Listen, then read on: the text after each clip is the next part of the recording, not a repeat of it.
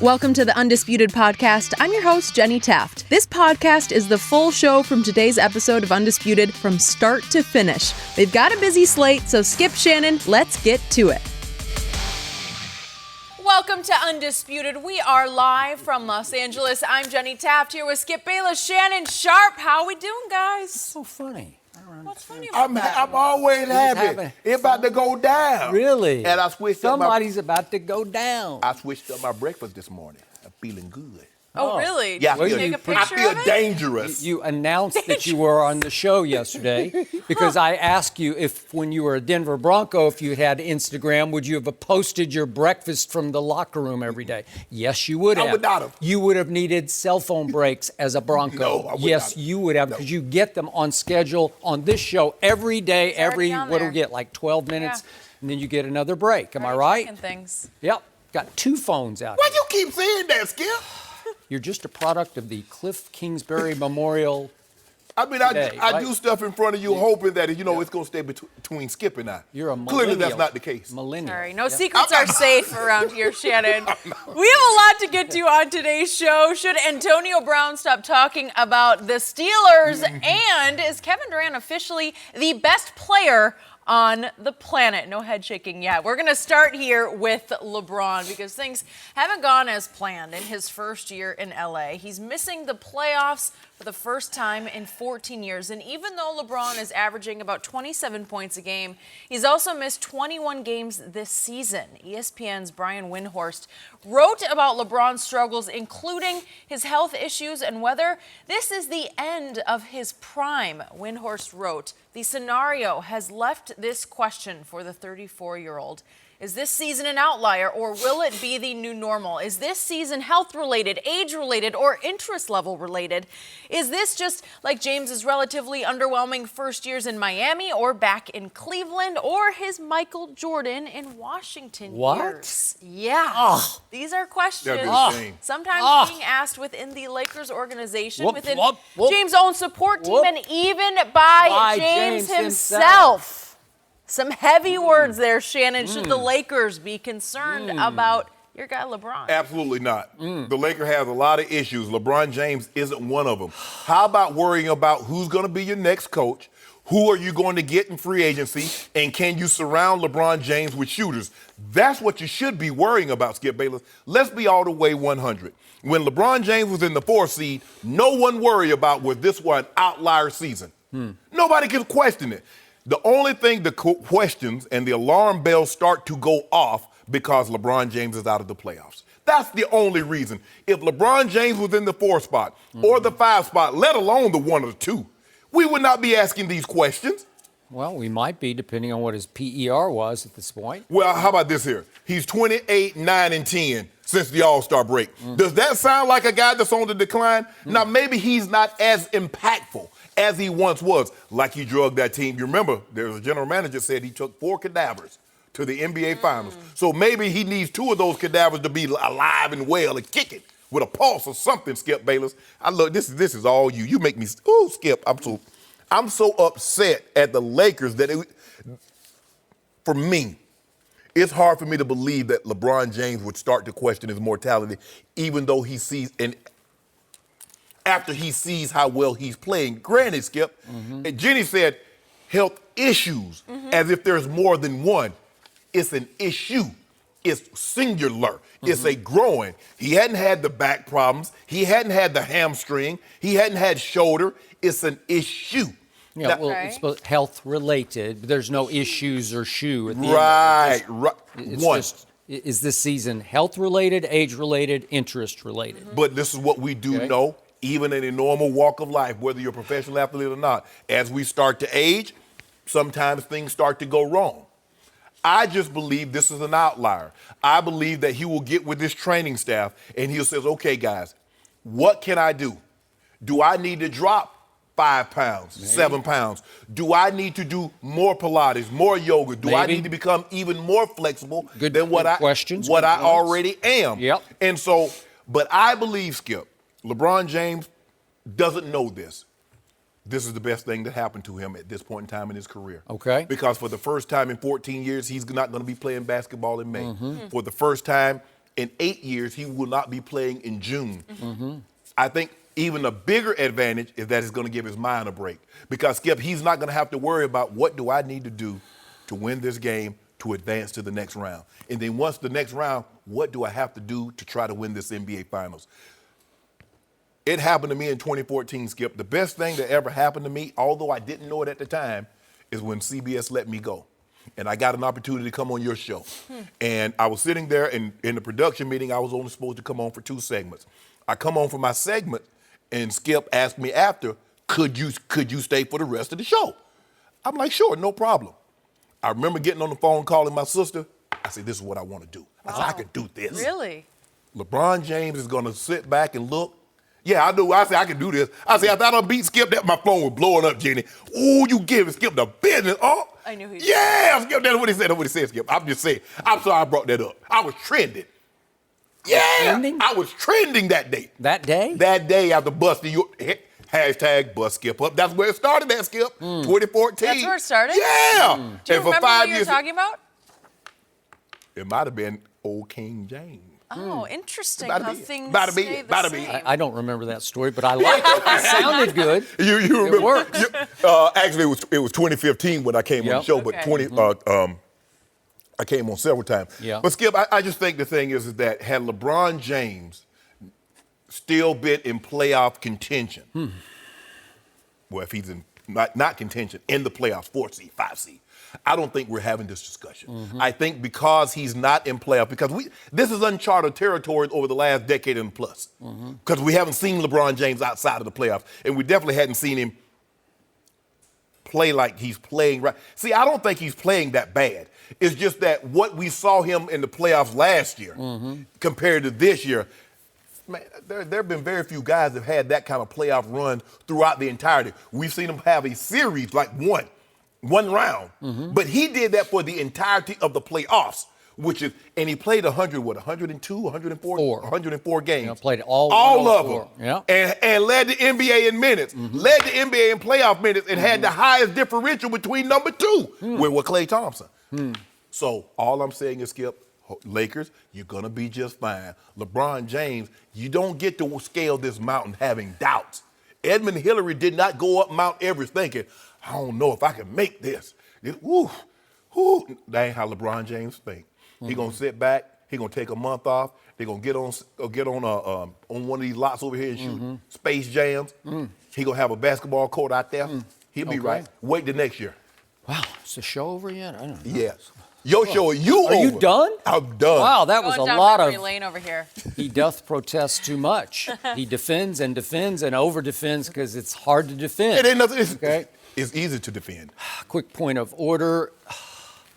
You hashtag crack me up on a daily basis, but you never, ever have busted me up, ever. Oh, yeah. So thank you very much. Now back to Brian Windhorst, who wrote this piece. He and our man Chris Broussard rival each other for insight and knowledge about LeBron James. Okay. And yet Brian has covered LeBron all the way back to his middle school days in Cleveland when we knew by that point he was going to be something very special. This is a powerful piece written by Brian Windhorst, who I know very well. And Brian is a big fan of LeBron's, but he's an extremely objective fan. And he just raises some issues that unfortunately, frighteningly, need to be raised at this point in time. And again, I hope you are dead right about all that you said, because I love talking about LeBron. Everybody thinks I'm a LeBron hater, but he's obviously all-time great. This league needs him. The Lakers need him. The show needs him. I don't want to see him hit the wall at this point. Like some players just hit the wall and they're never quite the same. And Brian, at the end of his piece, he brings it up. He says, you know, there's a concern here. There's a case to be made that players don't often have bounce back years in a season in which they turn 35 years of age. That would be a very special thing. If he bounced back to his age 33, which I could make a case that the one last year, I think it might have been his best season ever. I didn't like the way he capped it off in the finals. That was a whole different ball of wax. You do know it's the same numbers. What? LeBron James is averaging. Yeah, I'm going to get to that. His PER is frighteningly dropping. His impact on the game is dropping shockingly. And yet, my point about this is, obviously you and I go back and forth because I think he's a flawed all-time great player, and for you to even put him in the same sentence with Michael Jordan is just it's laughable and blasphemous. But be that as it may, LeBron's in the front. He is not, and he continues to do things that just shock me, like airball free throws. Do you think Michael Jordan ever airballed a free throw? I'm sure he has. He has not. I'm sure he has. I don't know. Maybe there was one. I didn't watch every play he ever played, every free throw he ever shot. But I don't think Kobe Bryant or Michael Jordan ever airballed a free throw. Now, LeBron kind of does it on a regular basis. He does not stop. Okay, now back to LeBron is the most interesting player in the history of sports to me because he has a force field around him by which every night drama gets created. I call him the drama king, and it's fascinating to watch. And he's still doing it at this in his 16th season. It hasn't dropped in interest because every game is an event. There's always a backstory, a subplot, something comes out of the games. But you keep waiting for him to take it back up to that level, and they got off to a good start this year. But I told you there were 8 games early in this year that were sitting on a platter for the king to close, and for whatever reason, he didn't have enough help or he didn't have enough shooters around him, whatever. They didn't close those deals, or we might be having a different conversation right now. And then we saw him, he slipped against Golden State. He lost his footing, whatever, in the groin, whatever it did. Did it pull? Did it tear? I don't know because nobody seems to really know except one man knows, and that man has that groin in his leg. So I don't know if it's still troubling him, bothering him. I don't know. But then we saw him the other night, last Friday night against Brooklyn, 23 seconds left in that game, and he hit the accelerator on the baseline. They were down 3, and he was going to take it to the rack, which was great, and his feet went right out from under him. And it looked a little bit like an aging player to me. It wasn't a wet spot. Nobody talked about, even LeBron didn't make a wet spot excuse after the game. He just reached for a gear that wasn't there. And it was a little scary to me. Like the airball free throw was a little scary. And Brian Windhorst makes the point that a lot of players at an advanced age came to play with LeBron, especially going back to the early Cleveland days, one being Shaquille O'Neal at age 37. And Shaq had an awful year. And Windhorst said, I kept going to him after games. What's wrong? He said, I don't know. I just can't get the ball up to the basket anymore. And Brian's point was, sometimes you just hit a wall where you lose a half an inch on your jump or a step on your quickness. Right. And you know how that is. You just lose it. It just happens because we're all mortal, and Father Time taps you on the shoulder. And that's the beginning of the end. So did we see that here, or can we go back to the LA syndrome? You and I have seen so many people come to this town, and it just devours them because it's so great here. It's just, it's the weather, it's the women, it's the houses, it's the beach, it's Malibu, it's Brentwood, it's Hollywood, it's Beverly Hills, it's all that. And I made jokes earlier about he's chasing Michael B. Jordan, which he's got a lot of irons in the fire off the floor. So did that start to take away a little bit of his focus and even his interest level in actually playing the highest level of basketball? Maybe. I hope not. I hope maybe this offseason, this is a shell shock now. This is like you said. Maybe this is what he needed to sit back. I mean, you're still committed to Space Jam, but maybe you need to decommit to some other things, right? Maybe you better get back to playing basketball. If you want this big bounce back monster year, I think you better make basketball your only priority. But see, Skip, you mentioned that he looked like he reached for a gear, but he wouldn't have been able to get around him. It's that he went so hard that his legs just went out from under him. He has that gear. I give you a prime and give you another example of 2 guys. Remember Peyton Manning? He played 14, 15 straight years, never missed a game. Missed an entire season, never missed another game.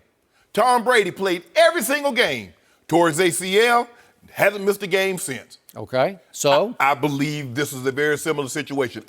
Those were outlier seasons. I believe this is an outlier season. LeBron James got nicked. We hadn't seen anything like this because, Skip, what we're doing is that we're taking, well, we've never seen him hurt. We've never seen, he took 2 weeks off from his back, but nobody thought that, LeBron. But I'm looking at it. No one raised these questions about LeBron because he's still 34 now. No one raised these questions. But you always make the case he's an old 34 because the mileage is severe. Because he's played when you get to 8 straight finals, you just keep playing more and more and more minutes than anybody's played. But it's still purring like a kid. Okay. He's still going right on along. Yes, he is. All them miles, And guess what? Can't get him off the road. Still on the road, still ticking along. Yep. So Windhorst says that James's leadership this season hasn't been his finest. I would agree with that. Yeah, Whether okay. it's his behavior on the bench or his effort level on defense, we've all seen that. Yep. We all agree with Yep. that. But then he says, should you give him a break because he hasn't had those safety valve shooters around him the way he did in Cleveland or even back to his Miami days, right? I love how LeBron gets safety valves. Nobody else has that. Nobody else is allowed to have teammates. Everybody's had But teammates. you always that's say he specific. needs snipers, right? That's Yes. what he does. Skip, you and I in the beginning, when we saw this team start to come together, you and I questioned like, LeBron, hold on, wait a minute.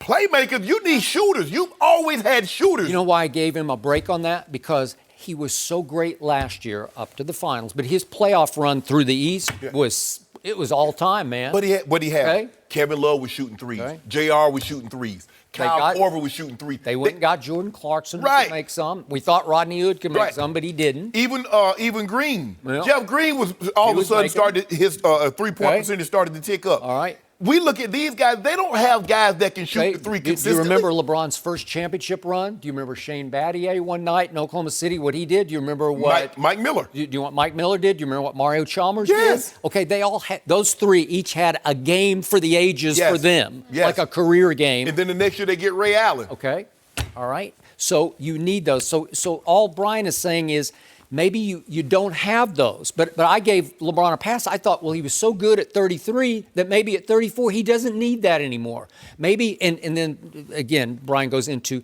the up-tempo style the Lakers were playing earlier this year. There was a big departure from his comfort zone. Right. He's never done that Right, before. he He loves wants to to control the place. walk the ball up Yes. the floor Right. and make something happen, either by him driving the basketball or making the pass. Because the thing that he was going up against in Golden State, Skip, is Yep. that you can't play that tempo. You can't get up and down because that style of pace isn't conducive because of the type of team that he has. Yep. Well, Magic went out and got a team that wants to push the pace, which he wasn't used to pushing the pace.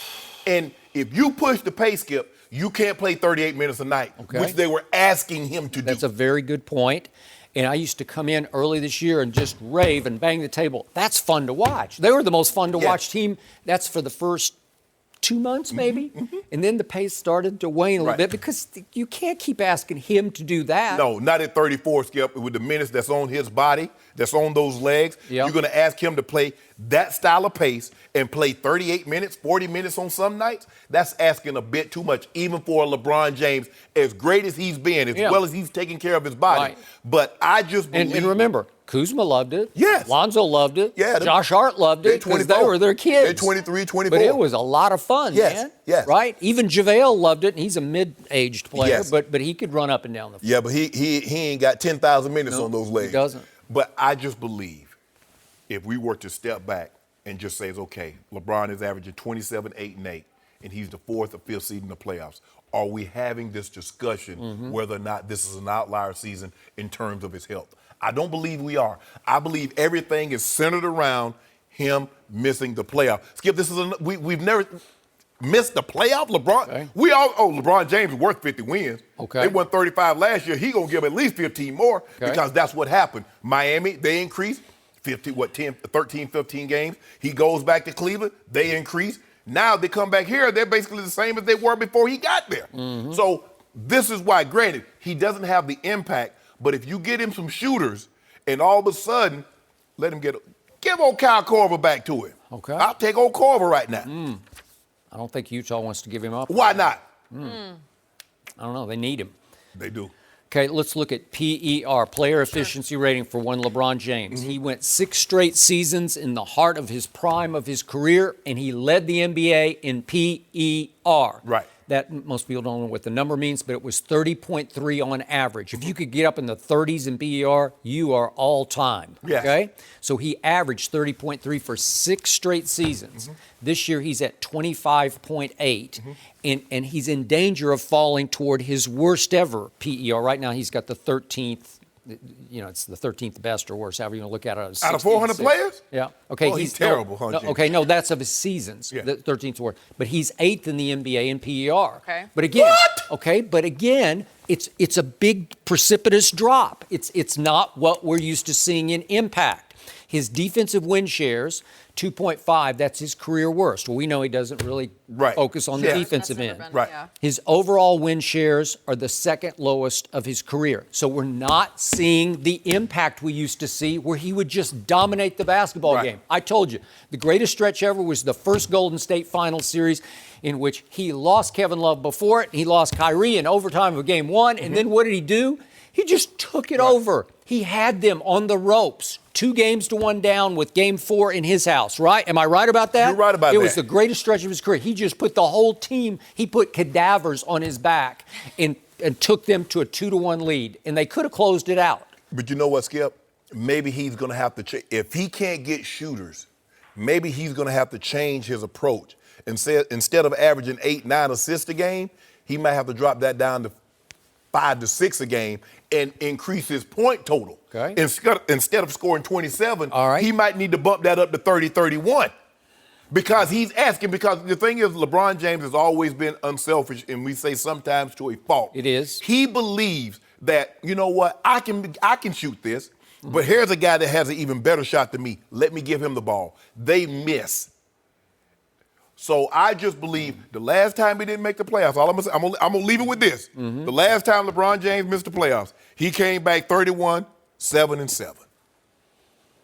Okay, but the last time he missed the playoffs, it was a long time ago. Am I right about that? Yeah. It was how many seasons ago? Like it was 14? It was a year. He made the playoffs in year 3. He missed it the first 2 years. Okay. Yeah, so year 3, he averaged 30. Okay. So it's 14 years ago. And it don't matter. A lot of miles ago. I get it. We were doing a lot of different things 14 years ago. And it's like a weird anomaly that when he went to Miami the first year, not great. Back to Cleveland first year, not great. But now he's not great in L.A., but he's into year 17 next year. So can he have a big bounce back in year 17? I mean, think about this, Skip. I want you to let this sink in. He didn't have a not great season, and he almost won the MVP his first year in Miami. He didn't have a not great season his first year back in Cleveland, and he almost won the MVP again. Okay, but you're starting to look at ancient history. How about right now? Is he capable of having a bounce back MVP next year? I mean, Are you willing to predict he's going to win MVP next year? Could he? Yeah. Okay. I hope you're right. I sincerely hope you're right about that. Well, I'm going to get a little bit more in-depth with LeBron. History would say no way. He rewrote history. Well, you're right. History say there wasn't a guy going to come along that's going to topple old Air Jordan. That's what history said. History said that. History is still screaming he hasn't. No, history ain't doing that. We rewrote history. 7 games left right now for the Lakers, and LeBron has a lot of time to figure out what's next. And he definitely hears this discussion. Yeah. This is He'll watch it right now. Sure. Well, if you hear it, can you do anything about it? You have a lot of time to heal up and take that time. There's some history. LeBron James had that big old racer. Okay. Then wrote in LeBron James on top of it. Did they? Yeah, he corrected it. Oh, he corrected it. Yeah, in history books. All right, well, here's the thing. AB and JuJu are still feuding on social media. The story continues, so we will discuss that next. No mercy. Ben Roethlisberger's leadership has been questioned a lot recently, but JuJu Smith-Schuster posted this picture with the caption, "I was so blessed to enter the league and play with a Hall of Fame quarterback as a 20-year-old. Ben has taught me so much. He's a true leader, and I can't wait to rock with my guy this season." Well, former Steeler and current Raider Antonio Brown appeared to respond to that, tweeting, "Do not listen to any NFL player who hasn't gotten paid yet. They will do and say anything to make sure they're going to get paid, even if it's compromising integrity or anything." Sad, but true. Shannon, do you agree with AB? Skip, AB is partially right. I get what AB is saying, Skip. JuJu might sincerely believe that Ben is a great leader. He might honestly believe that. But AB is looking at it, if you look at the wording, it's almost like JuJu went out of his way to heap praise on Big Ben as a shot at AB constantly taking shots at Big Ben. JuJu's like, wait a minute, bro. I got to play with this guy. You in Oakland. Why are you still talking about what may or may not have happened in Pittsburgh? You got your money. You got money last year, and you got some more money. Why not just let us be over here? Yep. AB is looking at it like, bro, I took you under my wing, tried to show you the ropes, how to do things. JuJu said, yeah, you did. You showed me how not to do it. So I want to do it my way. Yep. I believe, JuJu believes that Ben is a great leader. But AB is saying, I thought you and I was boys. I would rather you not say anything and just stay out of it and just let me continue to take my shots from a distance at the organization and Ben and maybe whomever else I choose to. But JuJu came to Ben's defense because if you look at that, Skip, come on, dude. I mean, you look at this. Ben is such a great, I mean, it's like, that is so like, it's like, well, you shut up, AB. My guy, I'm going to rock with my guy. I don't care what you say. Ben is my guy. Yeah, I'm trying to get paid too while you talking about it. So I don't really have a problem with JuJu sticking up with his guy, Skip. It reminded me of a situation in 1992. They fired Dan Reeves. And what you want me to say? That John was the reason why they fired him? And then we play him in the Super Bowl, in the second Super Bowl. I said, guys, I play with this guy. Dan Reeves drafted me. If you want me to say something bad about either guy, y'all might as well just go head on. I know I do a lot of talking, but I can't say anything bad about Dan, even though he's not my coach anymore. He drafted me. He gave me a shot. What you want to say about John Elway, the guy that throws me the ball? That's a reason why, a lot of reason who I am as a player is because of him. And you want me to, nah, I'm not going to do that. You just say, AB, what you want me to do? Do you really want me to say, oh, Ben's terrible? I mean, you know, we agreed that night before the anthem protest, Skip, that we agreed during the play of the national anthem, we're going to stand in the tunnel. And then Ben said, no, I want to go outside. Does he really want JuJu to say that? I believe he does. But JuJu says, nah, I'm going to rock with my Steelers. I'm here. You're there. Leave us alone. My takeaway from this is I know John Gruden pretty well. And I'm here to tell you, educated guess, John Gruden does not like this. I would not be surprised if John Gruden gives a call today to one Antonio Brown just to say, Mr. Big Chest. Mr. Big Chest. I don't think John's going to call him Mr. Big Chest. Probably not. I don't even think he'll call him AB. But he'll say, hey, let's think about something here. You know what? You're a Raider now. Yeah. Maybe you should focus full time on just being a Raider. Right. Because John Gruden doesn't love this kind of thing to the point, you remember what happened. He had one good year with Keyshawn Johnson, and then it fell completely apart. And John Gruden is hard to play for. And right now they're in their honeymoon period because they stole AB from Pittsburgh. And he got out and he got paid. They gave him his money. Well, now John Gruden wants 100% AB committed to silver and black, right? Yeah. And he seems like he left his heart in Pittsburgh, Pennsylvania. That's how it feels to me. And I predicted the first day when we talked about AB and Le'Veon, sooner than later, they're going to miss being Steelers in Pittsburgh because it's a really cool thing. It's a great thing. It has a great tradition. And it's different, Skip. It's different. You've been a place for 7, 8, 9, almost a decade. Yeah. And you go to a different situation. It's basically you start all over again. Okay. And there's just a lot to miss when you go to the Jets from Pittsburgh or you even go to Oakland. Oakland's got some tradition, but it's now ancient tradition. Correct. While Pittsburgh just keeps on keeping on. They're a cornerstone franchise and they're a factor every year, and they're going to miss it if they're not a factor next year. And I can tell you this, the Steelers are going to be a lot better than the Oakland Raiders are going to be next year, and they got a lot of work to do in Oakland. They'd be better than the Jets? I think they're going to be a lot better than they ain't going to like that. Yeah, okay. So he's basically, Antonio, he's calling JuJu a liar. Yes. He's calling him a sellout. Right. And boy, that's the sourest of grapes. That's the lowest of blows to me. He said compromise his integrity. You will compromise our friendship, me and you, to support him. And then the latest post from AB was on Instagram, and it's the picture that he posted of JuJu kind of hugging him. And you can see JuJu's face, and Antonio, you can see the name on his back. And the caption is, you know what we talked about?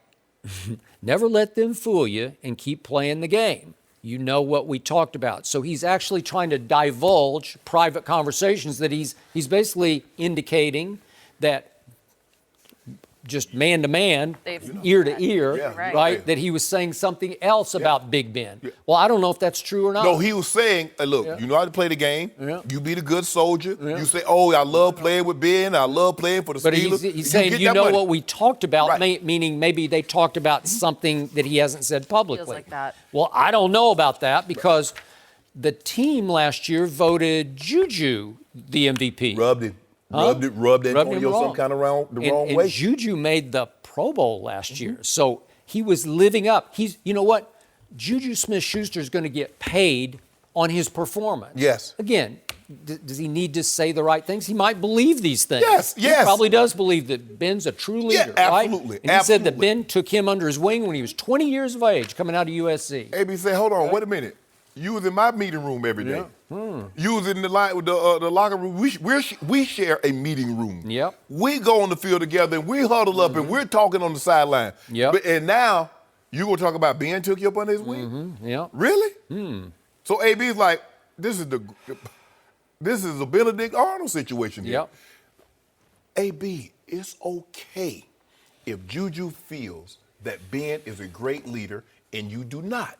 It's okay that you talked your way, you wanted out, you felt disrespected, you wanted more guaranteed money, because the crux of this, Skip, was that he wanted more guaranteed money. Because he would have stayed there and tolerated Ben calling him out publicly if the Steelers would have gave him some more guaranteed money. Let's be all the way 100. Yep. But since they were not going to give him any more guaranteed money, he would rather go somewhere.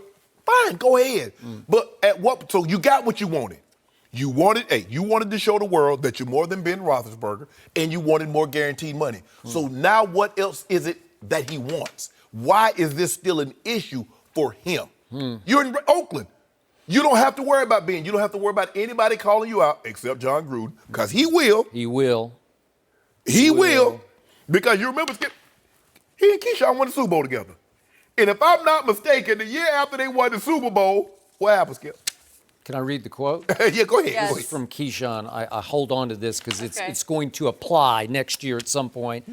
But Keyshawn said after it all ended, when he looked back on what happened between him and Gruden, he said, but it was just something about the way I was being coached, talked to, dealt with. Listen, John Gruden is a tyrant on the practice field. He will say anything to anybody.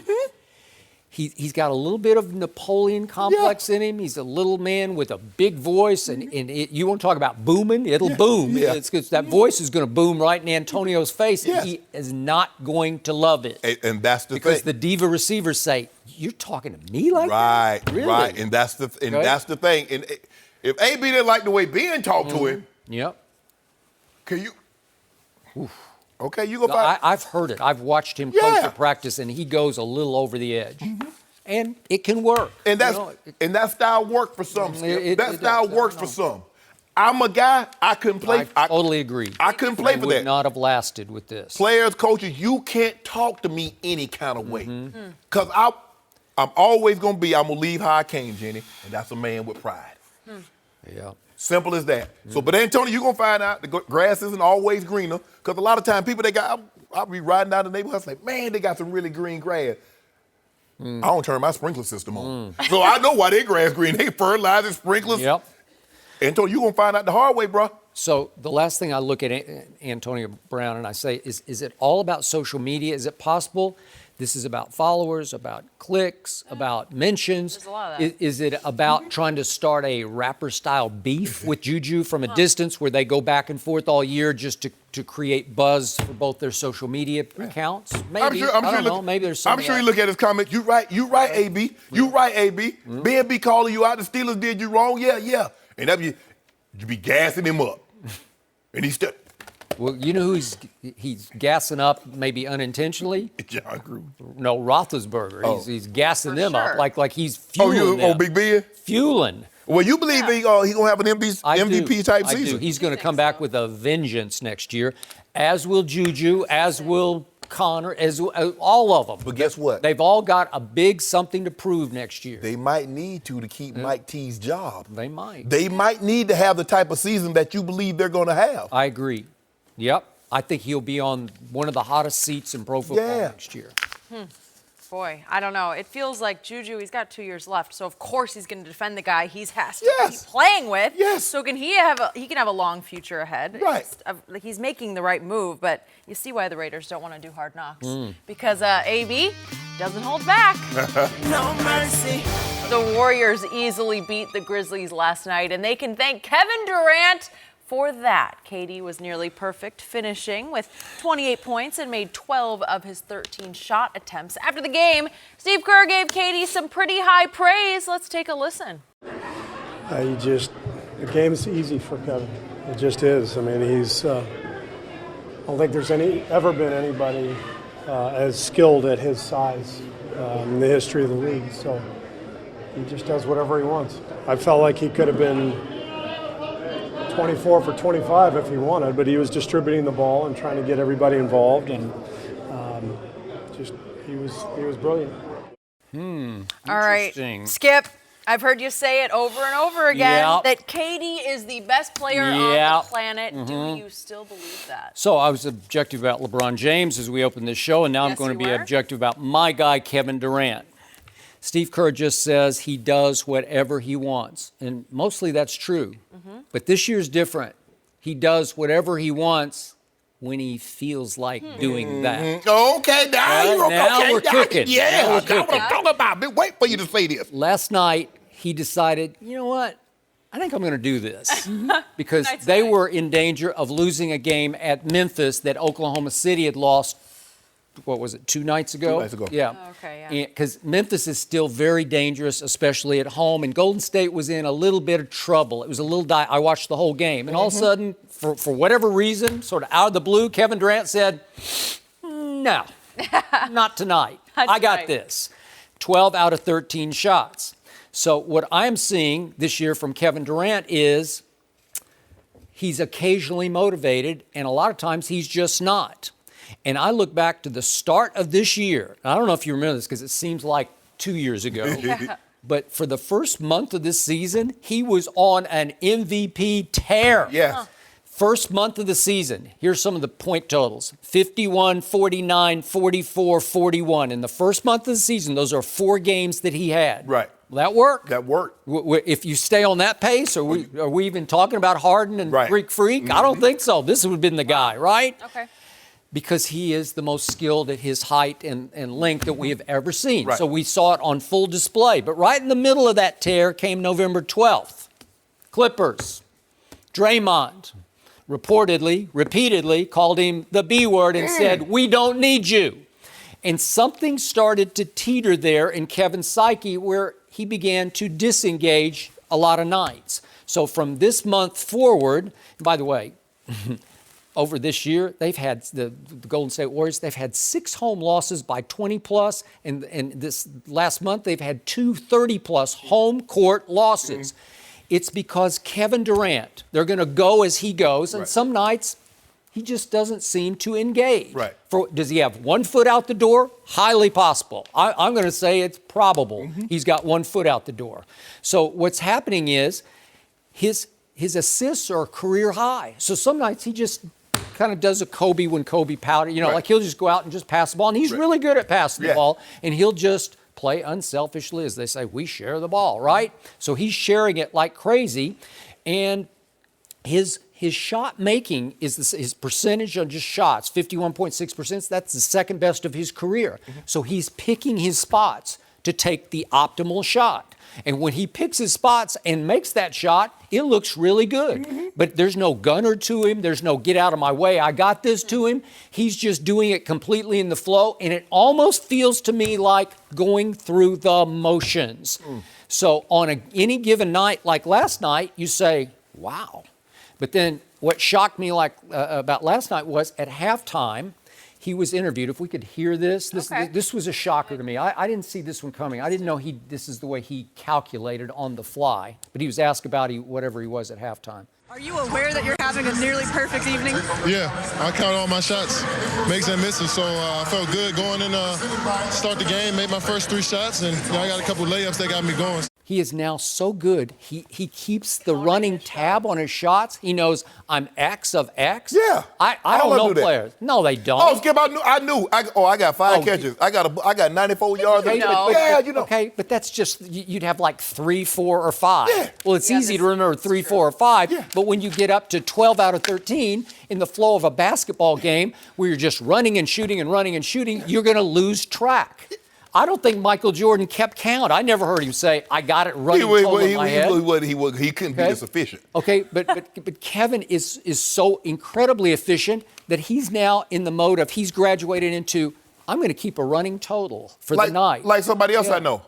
You remember LeBron told you? Said, when he diagrammed the play, he said, but he's got the photographic memory of how the play broke. But I never heard LeBron say, I knew I was only 8 of 27. Because if he did that, you're going to say Michael Jordan never kept a tally of how many shots he made and missed during the course of the game. That's why he won't tell you. That's why he won't tell you. But my point on Kevin is he's like above the game now. He's got 1 foot in and 1 foot out.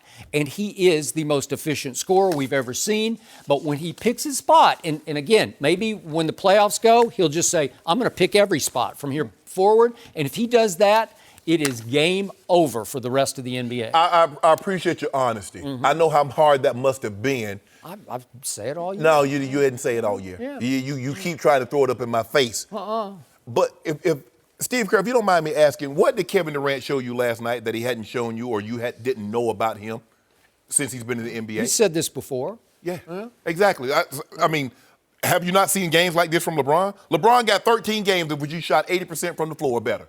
Kevin Durant has 8. Now, LeBron James is having a down year, Jenny. Yeah. Do you know he's averaging LeBron's played like 5 times the minutes Kevin Whoa, Durant's played. Skip. Just a second. I didn't interrupt you. Okay. I didn't interrupt you. I'm the kid that waited my turn. some You know what I'm saying, Jenny? Patiently I'm the waiting. kid that waited my turn, and here's my turn to go to the water fountain, and Skip trying to push Speaking of waiting turns, and then Skip pushed me out the way I to get wish another I had a sip. nickel for every word more than mine that you've spoken on this show, and I would be rich and retired. You know what I'm saying? I waited my turn. That's all I do. All right, I just let's want a hear fair it. opportunity to Skip. LeBron James is having a terrible year. He's in decline, and everybody's questioning, has he hit the wall? But he's averaging more points, more rebounds, more assists than Kevin Durant, who's historically might be the most skilled player at his size in NBA history. No, he is. Okay, he's the most skilled player at his size in NBA history. Okay. Nobody could put the ball on the floor at his size. He's a 50, 40, 90 guy. 50% from the field, can shoot 40% from the three-point line, drop 90% from the free throw line. He's not that right now. No, he but has been. He's done that. Yeah, he's capable of that. He's shooting 51%, which is what? Is a career high, Skip? Yes, but his three-point is now fallen all the way to 35%, which is the third worst of his career. So he's not 50, 40. So let me get this straight. He's shooting a career high at 51%, 51.6. LeBron James has had career highs of 56.7, 56.5. But I ain't talking about Kevin this. Durant is a distance jump shooter. Thank you. My guy puts Your the ball guy is not in a shooter. I know. You know my guy is shooting 33% from the three-point line for a guy that can't shoot at all. Kevin Durant, the most skilled guy, can put the ball in the basket, is shooting 35. Your guy's, the 33 is not good. Isn't that like Is 35 good? fourth worst? I just said it's the third worst of his career. Okay? But my guy can't shoot. But I just told you his heart is not in it. He didn't leave his heart in San Francisco. I think it never. I don't know where his heart. I don't know where his heart is. Yeah. I don't know where his heart is. That's not for me to say. Well, I'm just trying to say. But hold on, Steve Kerr. Why did I hear him say this the other night, Skip? 2 nights ago, Kevin Durant scored 14 points. Yeah. I didn't hear a peep out of Steve Kerr. Okay, 3 of the last 5 games, Kevin Durant's been under 20 points. What have I just told you? I didn't hear a peep. told you he's disengaged most nights. He picks his spots. Steve Kerr is picking his spots when he realized, Kevin Durant is so skilled, so talented. Well, he got asked about him, and he just sort of shrugged and said, well, it was like, I told you. You know why he gets to say this about Kevin Durant? Because we take it for granted that LeBron does this all the time. All the time he does this, Skip. Sometimes he wants to facilitate, like the other night when he had 14 dimes. Sometimes he wants to have. You remember that game last year against Minnesota? 17 assists with no turnover, Skip. If he wants to have those type of games, you said it yourself. Okay, LeBron James could have averaged a triple-double. There's one huge difference operating here. What is here. it? Draymond Green called LeBron James the B word during a finals game and got himself suspended and lost his team the finals because of it as LeBron and Kyrie came from 3-1 down. Yeah. Well, Draymond was on the other team. Yeah. Right now, Draymond is still on Kevin's team, right? Yeah. And it's uneasy at best. There was a play last night that surprised me a little bit. Draymond threw a full court pass to Kevin for an easy. I think he dunked it at the end. Who did? Okay, so it was like, was that a peacemaking sign? I know a guy. It was the full court. He heaved it. Of course, Draymond said, I knew my turnovers were low, so I could try this. Right? Everyone's keeping track. Yeah. Okay. Well, they are. They become stat central, haven't they? They really have. Yeah. Didn't you see 4 years of that? There's a guy in Cleveland. Kevin Love used to do that at least twice a night. Okay. And we talking about it right now. Okay, but Kevin Love didn't call LeBron the B word, right, as a teammate. That's the one who said, we don't need you throwing the full court pass. And LeBron knew he'd have got suspended if he'd have put hands on Draymond. So he said, you know what I'm going to do? I think he knew if he put hands on, he might lose that fight. Don't do that, Skip. Don't do that. So you know what LeBron said? I ain't going to put these hands on you, but I'm going to put these feet in you. And guess what? Down 3-1. And pretty soon you're going to be my client. We are the champion. Right? No, he Rich Paul client. LeBron is also a client LeBron of is he Don't oversees. do that, Skip. He oversees. No. Stop it. It's like a board member. Look. Now LeBron can say Draymond works for me, right? Skip, we know. Something like Here's the thing. We know what KD is. He's universal regard. Okay, I don't believe LeBron James is thought of in the circles as he once was, as universally regarded. I still believe he's in the top 2 or 3. Whether you like James Harden, okay, fine, whatever. So Kevin Durant is a top 2, top 3 basketball player. That's nothing new. Okay, but the point of this is when Kevin decides, then he's the best player on the planet. No, he's not. When he does that, you just say, well, nobody can do that. Did you see what LeBron James did in the playoffs last year? And he didn't do it for one game. We're talking about now. We're talking about today, tomorrow, tonight, whatever. The man just dropped 23 and 14. He's averaging 27, 8, and 8. Which is, think about this now. Kevin Durant is having an unbelievable season, but it's still not better than LeBron's. And LeBron's in decline. Kevin Durant is not having an unbelievable season. Yes, he is. He had a hot start until the B word happened. I'm glad you mentioned that. Can you tell me what Kevin Durant was doing when Steph Curry missed those 14 games and he went 7-7 in those games? Can you tell the people at home, I need Steve Kerr, was he that good? Was he the most skilled at that size then? He had been told by a key player on the team, we don't need you. Okay. So you know what he was doing? Like, okay, you don't? Okay, let's see. By acting like that, he proving Draymond right then. I've seen some of the best Golden State games on nights Kevin Durant isn't playing where they say, okay, we'll show you. So what? Because they're preparing for next year without him. So how does a team play so well without the best player in the NBA? How do they do that? That's never happened. Jordan, they didn't do that when Jordan wasn't there. They didn't do that. Oh, Scottie Pippen did.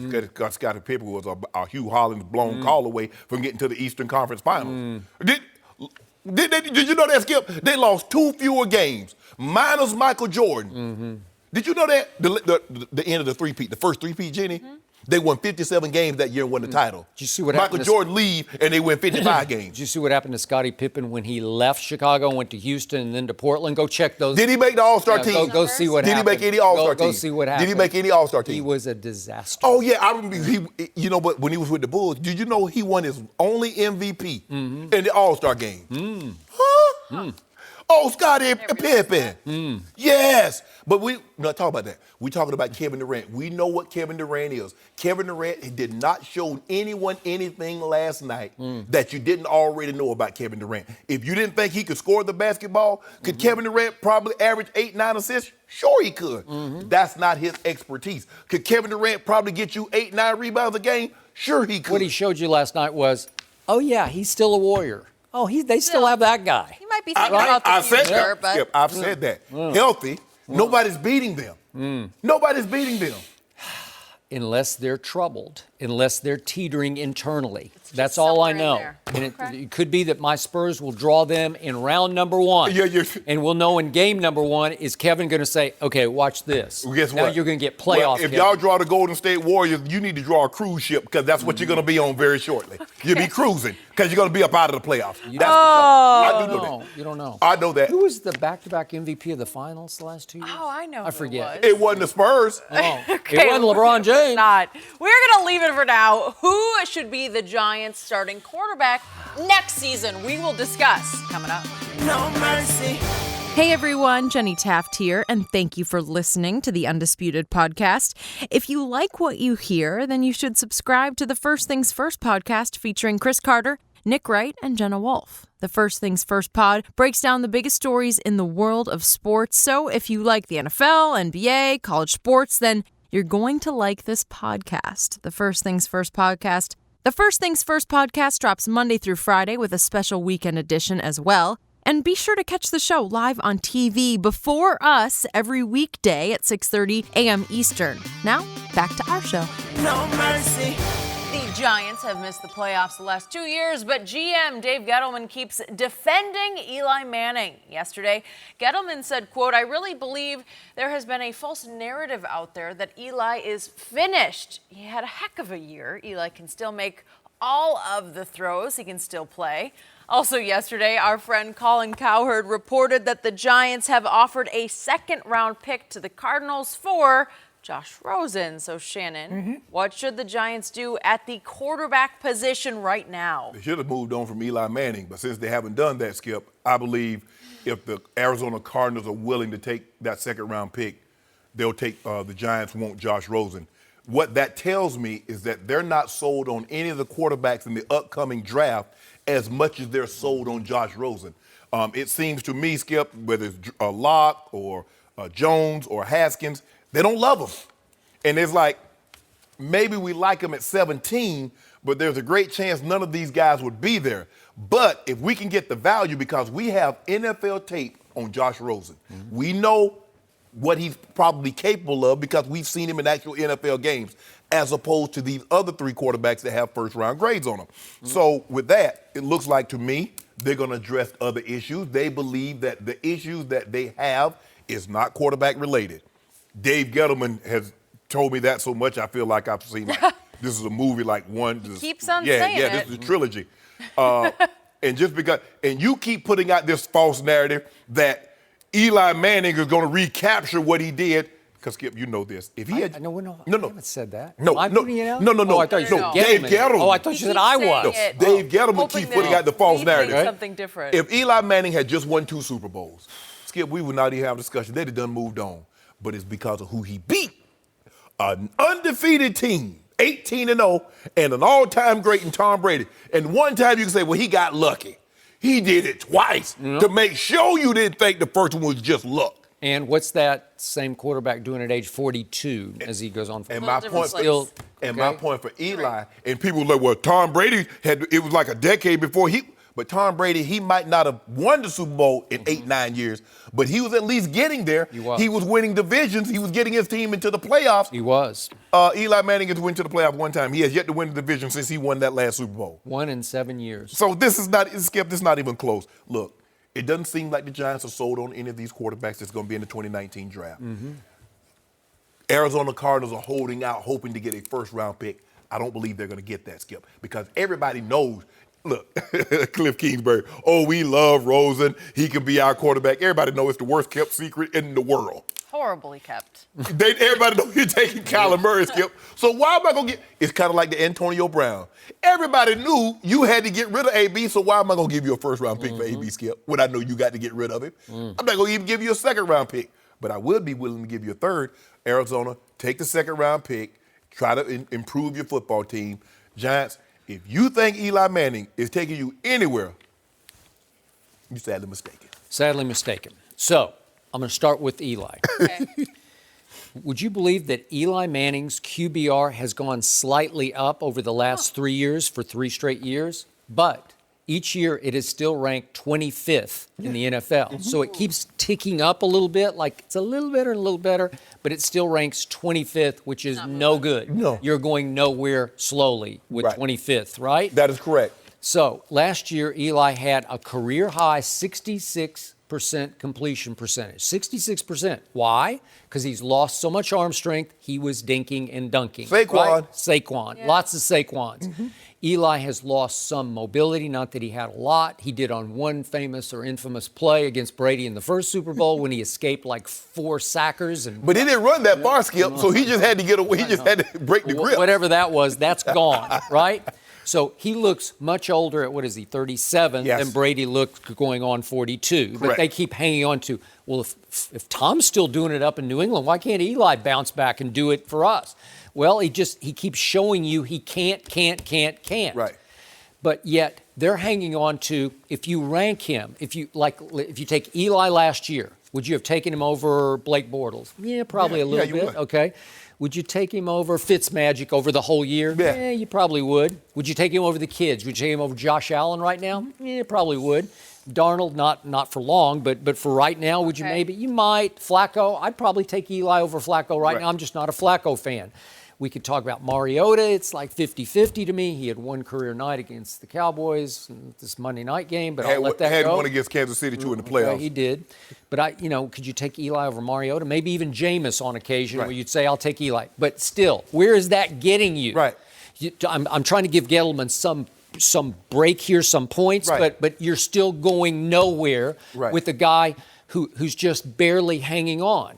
But look, you know and I know, the hardest thing to do, probably in sports, is picking quarterbacks. Yeah, absolutely. And it is the essence of winning championships in the National Football League. If you can't pick a quarterback, you are going to fail miserably. Mm-hmm. And if you pick the wrong one, especially if you pick him high, you are stuck.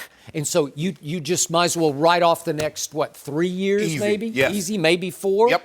So right now, it seems like they're looking beneath Kyler. I don't know what they think of Kyler Murray, but I'm just virtually sure he's going to Cliff Kingsbury. Right. So after Kyler, they're looking and they're probably saying, I don't know about Dwayne Haskins at 6. Again, I like Will Grier. I think he's the second best quarterback behind Kyler. Would I take him? If they took him at 6, you wouldn't hear any issue from me about it. But would it be way outside the box? Yes, it would be. Does he have some star power to him, Will Grier? Could he handle New York? I think he could. I like his moxie. I like his flair. Me too. I like his live arm. I like his mobility. I like a lot of things about him. He's not the tallest. He's 6'2", 225-ish. But, he's Aaron Rodgers' size. Okay. But here's the thing, Skip. All those quarterbacks you named, where are you going with any of those guys? Of the guys, bottom the Bortles and the guys. You're going nowhere. Exactly. But you can rationalize to yourself, well, he's better than Blake Bortles. Okay, and you're the New York Football Giants. Right. Where are you going? Right, and that's the thing, though.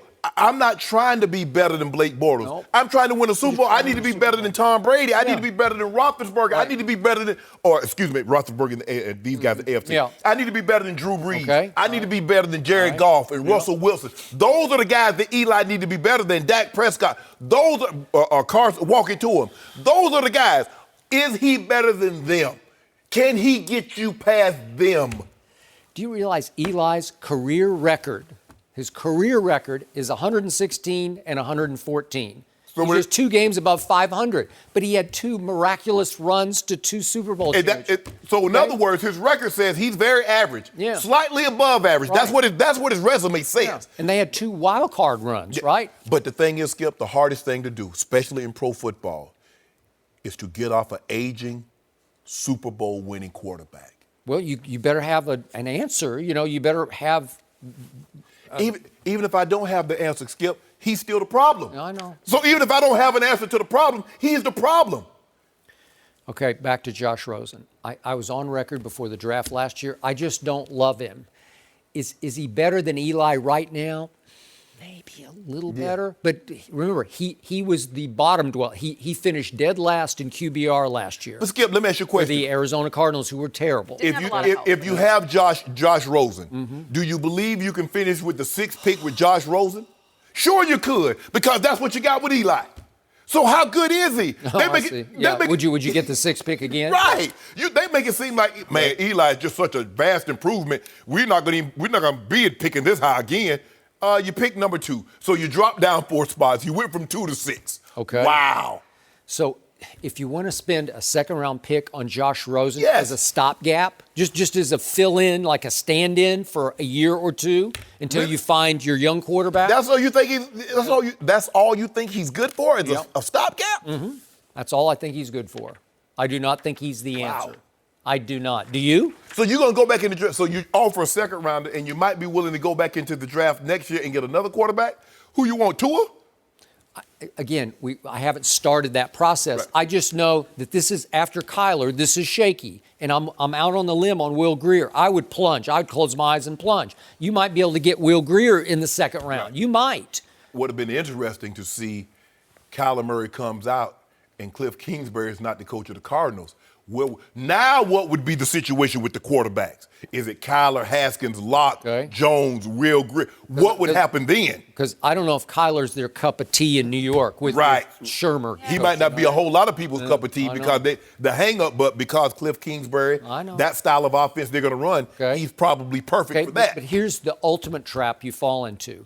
If you say, God, we don't love Dwayne Haskins, but we feel so much public pressure to take somebody at 6, Can't you do just that. say, let's just do it. Well, now you've just prolonged your misery if he's not right, right? Yeah.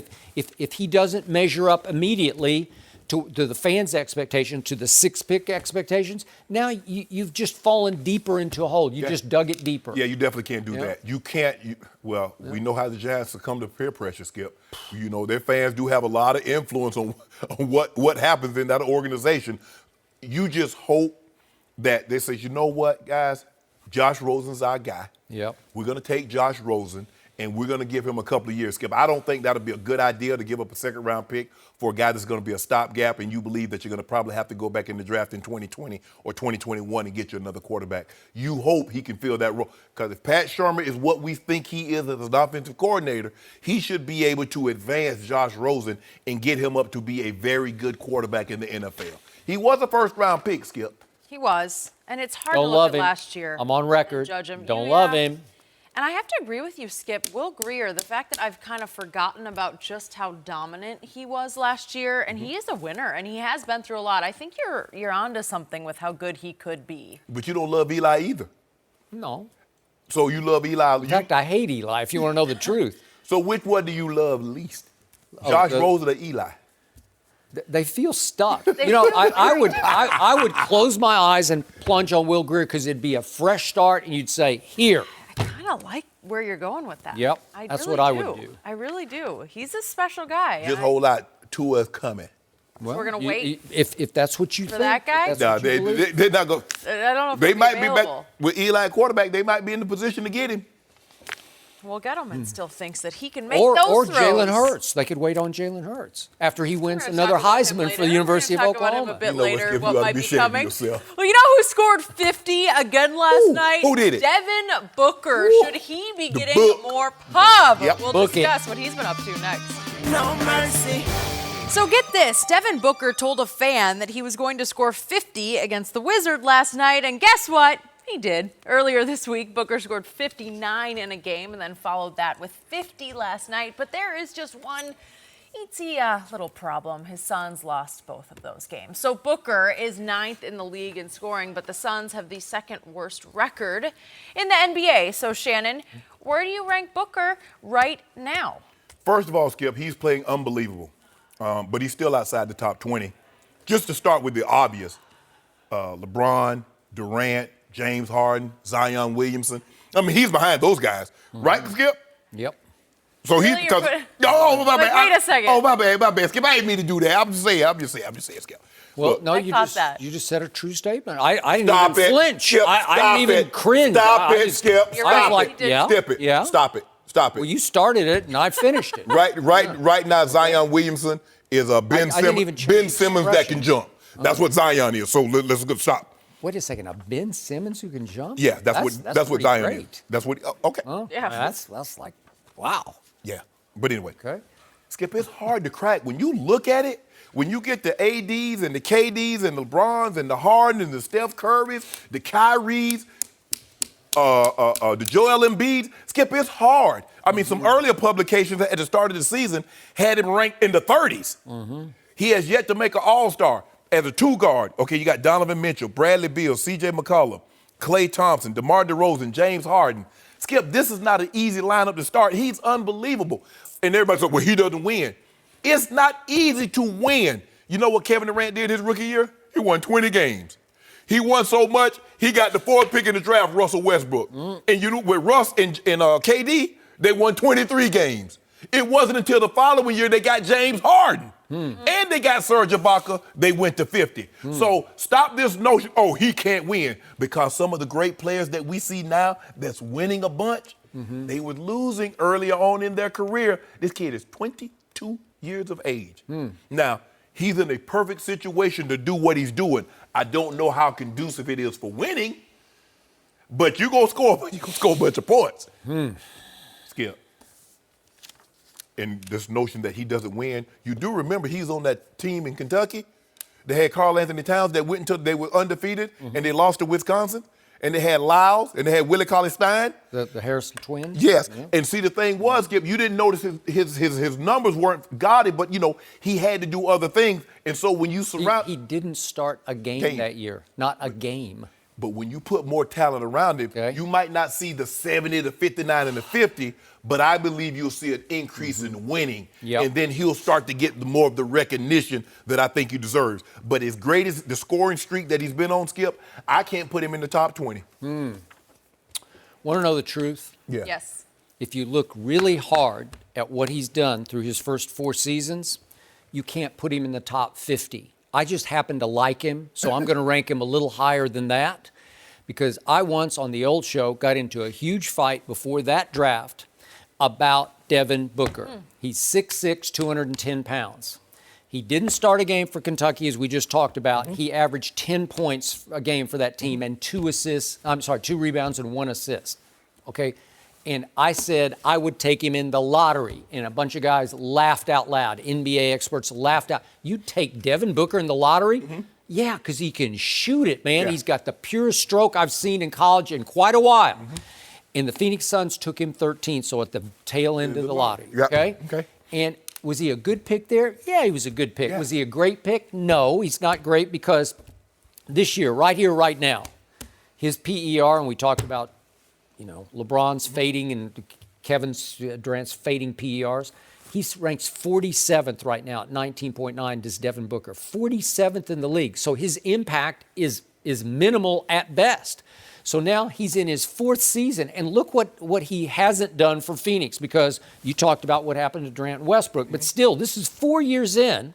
They were second worst in the West the first year. They were worst in the West the second year. They were worst overall the third year, why they got the number 1 pick. And now they're worst in the West again. So since he entered professional basketball, Devin Booker's Phoenix Suns have the overall worst record over 4 years in the league. Well, that's little to no impact, right? Yeah, but Skip, it's hard look at Kyrie. How many years did Kyrie make the playoffs his first 4 years before LeBron got back? Okay. And the thing is, Skip, it's hard for a guard or a little man. And really, he's 6'6", but he's technically he's a guard. He's a 2 guard. They don't have the same kind of immediate impact that, say, a LeBron or a big guy can have. Okay. Now, that's still, I'll say he's not top 20, but I believe with some more pieces around him, he might have to give up some of that scoring, become more of a facilitator, Skip, but... Okay, so I'm going to say he ranks somewhere between 30 and 40, so I'll split the difference and say he's the 35th best player. And you know why he is? He is simply the best 2-point jump shooter in the league. Beyond DeMar DeRozan, pick somebody. James Harden, pick somebody. Nobody can shoot mid-range jump shots like this kid I thought can. you liked LaMarcus Aldridge's mid-range game. Looks effortless. It's okay. Oh, he's 6'11". I mean, this is pure jump shooting. Yeah. LaMarcus is almost shooting feet on the floor, little set shots from 12 feet. But Scott Brooks said after the game last night, Devin takes so many shots that are almost like unguardable because they are. At 6'6", when you can rise up and just shoot it from 15 feet and just make every one. Look at his numbers. From 10 to 16 feet, he's making almost 50% of his shots. James is at 44%. James Harden. 16 feet out to the three-point line. So that's a longer mid-range too. He's 43% to James's 34%. He's the best at that one skill. What do you do best? He does that. Right. How does it impact the scoreboard? Not a lot. Skip, they're not very good though. Okay. That mean to be let's be all the way 100 with this. Phoenix is not very good. Okay. Now maybe if they get Zion. Ooh. If I get Zion, you know what? He needs a Thought you didn't like Zion. No, I'm just saying. But if you're Phoenix, what are you gonna do? If you're Phoenix, you get Zion, you get that ping pong ball, and you're number one. What are you gonna do? You're gonna take Zion. Okay. Do you trade him for Anthony? No, you can't pair Anthony Davis and Aiden. That makes no sense. If you take Zion, you keep him. And guess what? And hope I get Rondo on the open market. So now I get a true point guard that wants to facilitate. Now he can feed the post. He can feed Zion. Remember, Devin's career, his assists are 6.7. That's his career best. So he's trying to do more of that, but it's not impacting the scoreboard much at all. And he ain't got no. Well, look at the guys he playing with. Okay. Well, okay, but Aiden's pretty good. They got some. They got Kelly. Kelly Oubre got hurt. He was balling. I know he was. Now they beat your Lakers head to head when LeBron was rolling, man. Oh, hold on. You make it seem like, you remember they went to Golden State? They beat Golden State when Golden State was rolling too. Okay. So don't, see, I told you, Skip, I had a feeling. I said, we're going to talk about Booker today. I said, there's a good chance that Skip's going to bring up they beat the Lakers. I need something in my back. You had a feeling? Yeah, I had a feeling. Because I know they beat the Lakers. They're not very good. They're not. Okay, but look at his win shares. Think about this. Offensive win shares. Devin Booker is 2.9. That doesn't mean anything until you look at LeBron's offensive win shares just this year. Yeah.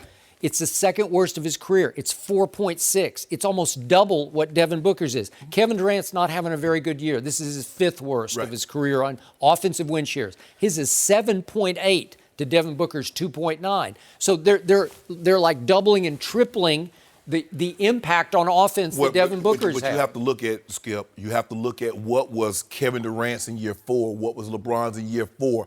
I believe you'll see a much different Devin Booker in year I hope say so. year 8, I agree with 10. you. He's 22 years old. And our man Eddie House that we have on quite a bit, he sits courtside a lot in Phoenix, and he always tells me, Devin Booker's got that dog in him. Like he will fight. He will attack you. Yes. I just need I can't make a case that he's top 20 unless you can have impact. No, he's not top 20. I mean, when you get really right down to it, he's not top 20.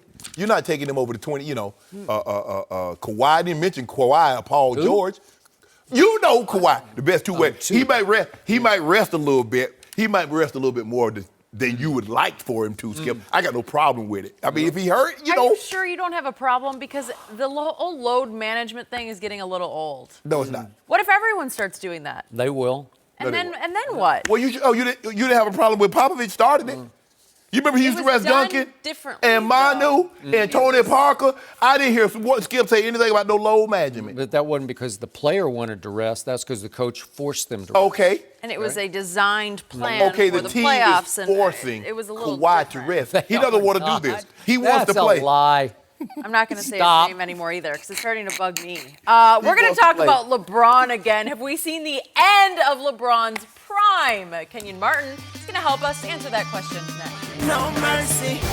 All right, things haven't gone as planned in LeBron's first year in LA. He's missing the playoffs for the first time in 14 years. And even though LeBron is averaging about 27 points a game, he's also missed 21 games this season. ESPN's Brian Windhorst wrote about LeBron's struggles, including his health issue, and whether this is the end of his prime. Windhorst wrote this: the scenario has left this question for the 34-year-old. Is this season an outlier, or will it be the new normal? Is this season health-related, age-related, or interest level-related? Is this just like James's relatively underwhelming first years in Miami and back in Cleveland, or his Michael Jordan in Washington years? Ooh. These are questions sometimes being asked within the Lakers organization, within James's own support team, and even by James himself.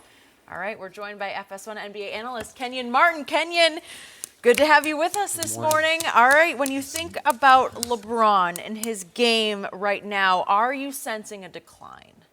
Numbers tell you no. Better than they have been throughout his career. On a losing team that's not going to make the playoffs. So I don't think so. Injuries happen. Injuries are a part of sports. He just haven't had any. So people think people have thought he was invincible, but he had a serious injury, but it wasn't a major injury where he avoided the surgery. He didn't have a Nurkic. Yeah, I'm saying wasn't Achilles, wasn't Achilles or ACL or something like that required surgery for him to miss the entire season or a significant time. Yeah, but I don't think so. It's just the talent I think around him was the wrong talent. those guys can play, but I think when you start adding guys that do the exact same thing of the guys that you already have, instead of adding the right pieces with your shooters. Like, I have nothing against Rondo. I have nothing against Tyson Chandler. I have nothing against Michael Beasley. I have nothing against those guys, but it's the wrong pick of talent for what LeBron needs. And you handicap Lonzo Ball when you come bring a Rajon Rondo into the situation. When you bring the same Lance Stevenson needs the ball to make plays. He's Kyle Kuzma. I'm saying just so I don't think it's LeBron's decline. I just think it's the level of talent that he had around him, or the wrong talent that he had around him. And now people are nitpicking. Like I said before, people are nitpicking everything that he does. He can't do anything right. So it's just unfortunate that he chose to come to L.A. where everything is more magnified now, and you're LeBron James. So you made this bed, brother. Here we go. I also, Skip and I, we talked about this earlier, Mark, and I said if LeBron James was in the 4th spot, no one would say he's in decline. Not at all. It was because he's out of the playoffs. For 8 straight years, he went to the NBA Finals. Obviously, that's not going to happen. For 14 straight years, he's in the playoffs. Obviously, that's not going to happen. So now we need to pick apart why that didn't happen. That's obvious. Oh, he's losing. Oh, he's losing it. He's losing. He's not as impactful. We're talking about some of the guys that's in the, he averages more assists, more rebounds than James Harden, who's in the MVP discussion. He averaged more assists, more rebounds than Paul George, who's in the MVP discussion. He's having a better overall season, points, rebound, assists, than Kevin Durant. But he's in decline. Wow. Only maybe 2 guys want to be in that kind of decline this year. Come on, Skip. I get it. It's easy to pick apart his game because we're not used to seeing LeBron miss 20 games. Because that's what he's done. He missed 17, 18, and then he doesn't play back-to-backs. He sits out, missed a couple, 3 or 4 due to rest, load management, what they call it now. But I just believe that had LeBron James had this team in the playoffs, the questions that we're getting asked, or the question that the Lakers are floating out there, we're concerned. Or maybe, I don't believe LeBron is concerned, because I don't think he would ever put that question in his own mind that, I don't know, man. It might be time for me to start facing my NBA mortality, man. This thing might be coming to an end. I don't believe LeBron thinks that. Because I believe if you ask him right now, put truth serum in him, do you believe you're the best player? And he will answer unequivocally, absolutely. So his demise is greatly exaggerated. I'm telling you, Skip, you're in trouble. Because I'm in no trouble. Yes, you are, because you are the president of the LeBron James hating club. Really? So I just want I you did to not know that. I thought I was the president of the LeBron Objective. No. So I want you to understand this. In 2019, 2020, you're going to be sorry you had this discussion. I admit I don't stalk him, like somebody I know across the table, but that's okay. Right? Stalking in Beverly Hills. No, I just happen to be out. We're the same. Drive-bys. No. I don't sleep on LeBron sheets. I don't wear LeBron jammies. I don't know. They're the Cleveland Cavaliers, so I don't use them anymore. It's all Cleveland you stuff. threw them out? Yep. Or you kept them as keepsakes? Nope. Of the memorable run. His age 33 season a year ago was something, man. It was something. The 34 was starting up to be something until he got hurt and then missing the playoffs. I'm going to defend the man who wrote this just for a moment again, because I know Brian Windhorst, and nobody knows more about LeBron James than the man who wrote this powerful piece. He's been covering LeBron since middle school in Cleveland, in Akron, Ohio. Okay. And he's just asking some questions that shock me that Brian would even ask. Like, we've come to this point that at least Brian is saying we need to ask these questions. Is this season, which was obviously an off season for whatever reasons, is it health related? Maybe. Is it age related? Maybe. Is it interest level related, as you read in the lead to this? Yeah. Maybe. Is he spreading himself a little thin in Hollywood? He's got Space Jam 2 coming up, and he's got his irons in so many fires. Is it too much to be in L.A., to be in this weather, to be near the beach, to have the mansion in Brentwood? Is it, you know this place because you live here. Is it too much of a distraction for him? Is his focus not what it used to be in Cleveland? Maybe. So Brian's just asking questions, and he says, he wrote this, and I'm going to take it to my bank. You can dismiss. No, I'm not dismissing it. But my only thing is, he says these are questions sometimes being asked within the Lakers organization, within James' own support team, and even by LeBron James himself. listen, if he writes that, you better trust it. So at least LeBron's saying, wonder what happened. What happened? Is it my groin? Listen, I respect Brian and all that. Why should I respect something from a guy that ain't never played? That he's not LeBron. Oh, no, but he knows. If this nobody knows. Just because you hang around a guy, you've been covering a guy, don't mean you know the way the guy thinks, the way the guy feels. But don't say because he didn't play. Like, there are a lot of team builders. I'm with it, but him. R.C. Buford, who built the San Antonio Spurs, he didn't play a lick of basketball. He is not R.C. Buford. You can't put him and R.C. Buford in the same category. Let me ask you a question, though, Skip. Why wasn't he writing this when they were in the 4th seed? Why did the year hadn't played out yet? We just saw it happen. And I'm not saying he's just asking the question. He's not drawing conclusions. Let me ask you a question. Honestly, okay, and I have no reason to doubt this, but if they were in the 4th seed, does Brian Windhorst write the same piece? Heck no. Why not? Why not? His age is still the same. He's still 34. His number's still the same. That's what I'm saying. His PER, player efficiency rating, it plummeted down the stretch. So it's his fault they have that they lost losing? a shocking So number of games since he came back. Does losing equate into that number?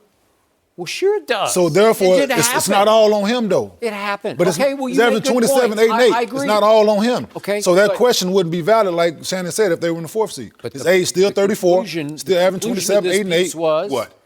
There's a case can be made that players don't often have bounce-back years in the season in which they turn age 35. And I don't even care about the 35 number. I care about year 17 in this league. Right. I had all the numbers yesterday. The minutes numbers for this guy are staggering. 55,000, I think. 55,000 because he went to 8 straight finals in the East. 56,000. He's going to play a lot more. Okay. I hope so. You trust me, I hope so. You hope Magic and Rob Pelinka do their job. Okay. You know what? It's amazing. I have nothing but respect for Magic Johnson. I've talked to him a lot about basketball. And did he put this team together or did LeBron put this team together? Magic put this team together. Everything you said about you got this guy, who's that guy? Magic and Rob Pelinka put this team together. Should Magic be on the hot seat? I don't even know. LeVar Ball made this big point on our show that Magic's more of a figurehead now, right? Luke on the hot seat. So why shouldn't Magic be on the hot seat? Okay, well, Luke's seat's about to go cold. Yeah, so him and Magic not tied together in this? Okay. You mean Luke? Luke and Magic not tied together in this? I mean, Luke's irrelevant to me now because he's just going to be. And so should Magic be. Magic picked that talent. Okay. Magic went out and signed Rondo. Magic went out and signed Lance Stevens. Offense then? Why wouldn't it be? Oof, that's a powerful statement. They're going to fire Luke for coaching the team. Okay. Luke didn't pick the talent. How much does Rob Pelinka have to do with this? I don't know. I said at the beginning, when they were putting this team together, I said, this makes no sense. Well, we all said you that. and me both. I was like, all three of us. I said, LeBron James had his best years, he had shooters. And now all of a sudden, he doesn't have anybody. Okay. I mean, Caldwell Pope can have games here or there. The Josh Hart kid. Josh Hart plays hard. Yeah. But that's not what LeBron, if you look at JR, and JR was as enigmatic as he was, and hey, you never know what you're going to get. But Kevin Love, he had shooters. Mike Miller and the Ray Allens and the Rios and the Shane Battier. That's what he's used to, Skip.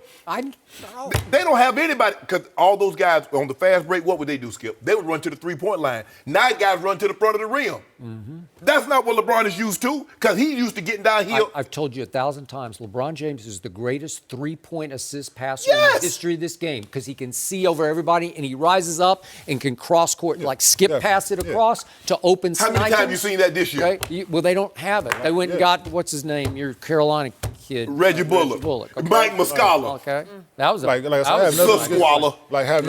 those good guys, but you just who's picking those guys? LeBron not picking those guys. Oh. So that's it's your guy Magic that's picking those guys. Right. I love Magic. I still love him. Okay, he's a great player, right? I know. Great NBA. Listen, one of the greats of all time, correct? I think he's got a great basketball. Is Phil Jackson I put him in the same kind of as Phil Jackson. Are you sure great coach. Hand listen, the keys great to coach, LeBron? right? When you sign LeBron, you have to hand him the keys. Sucks at picking talent.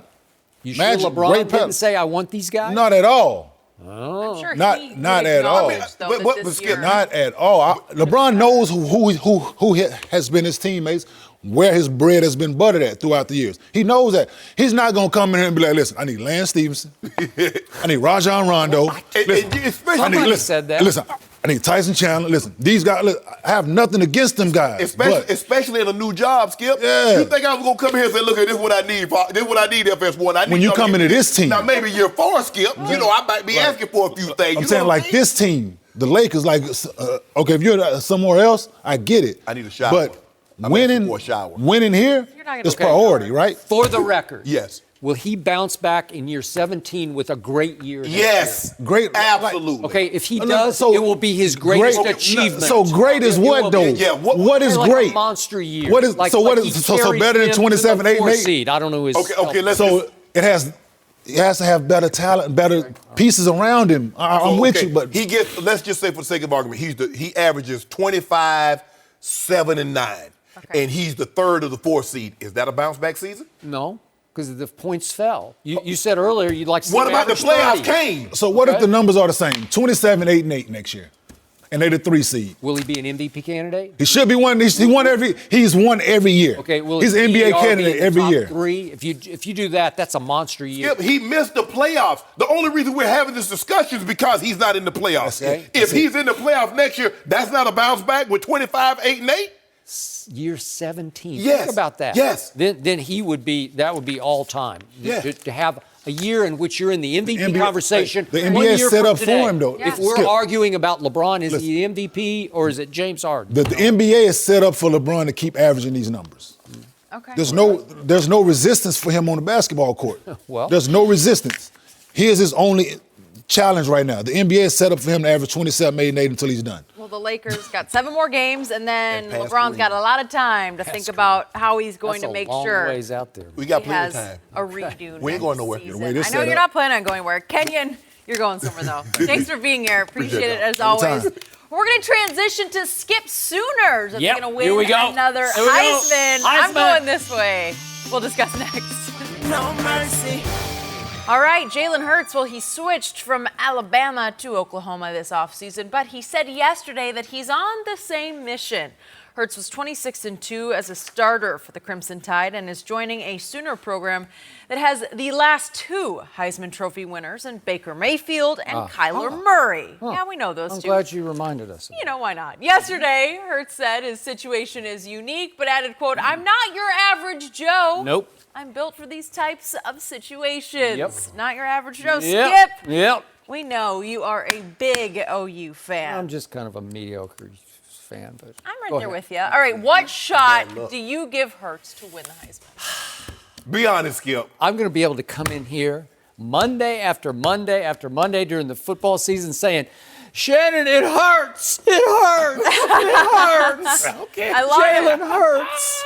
He's hurting Yeah, you, whatever. right? Okay. You know what? I good. give it a good shot because look what just happened. What?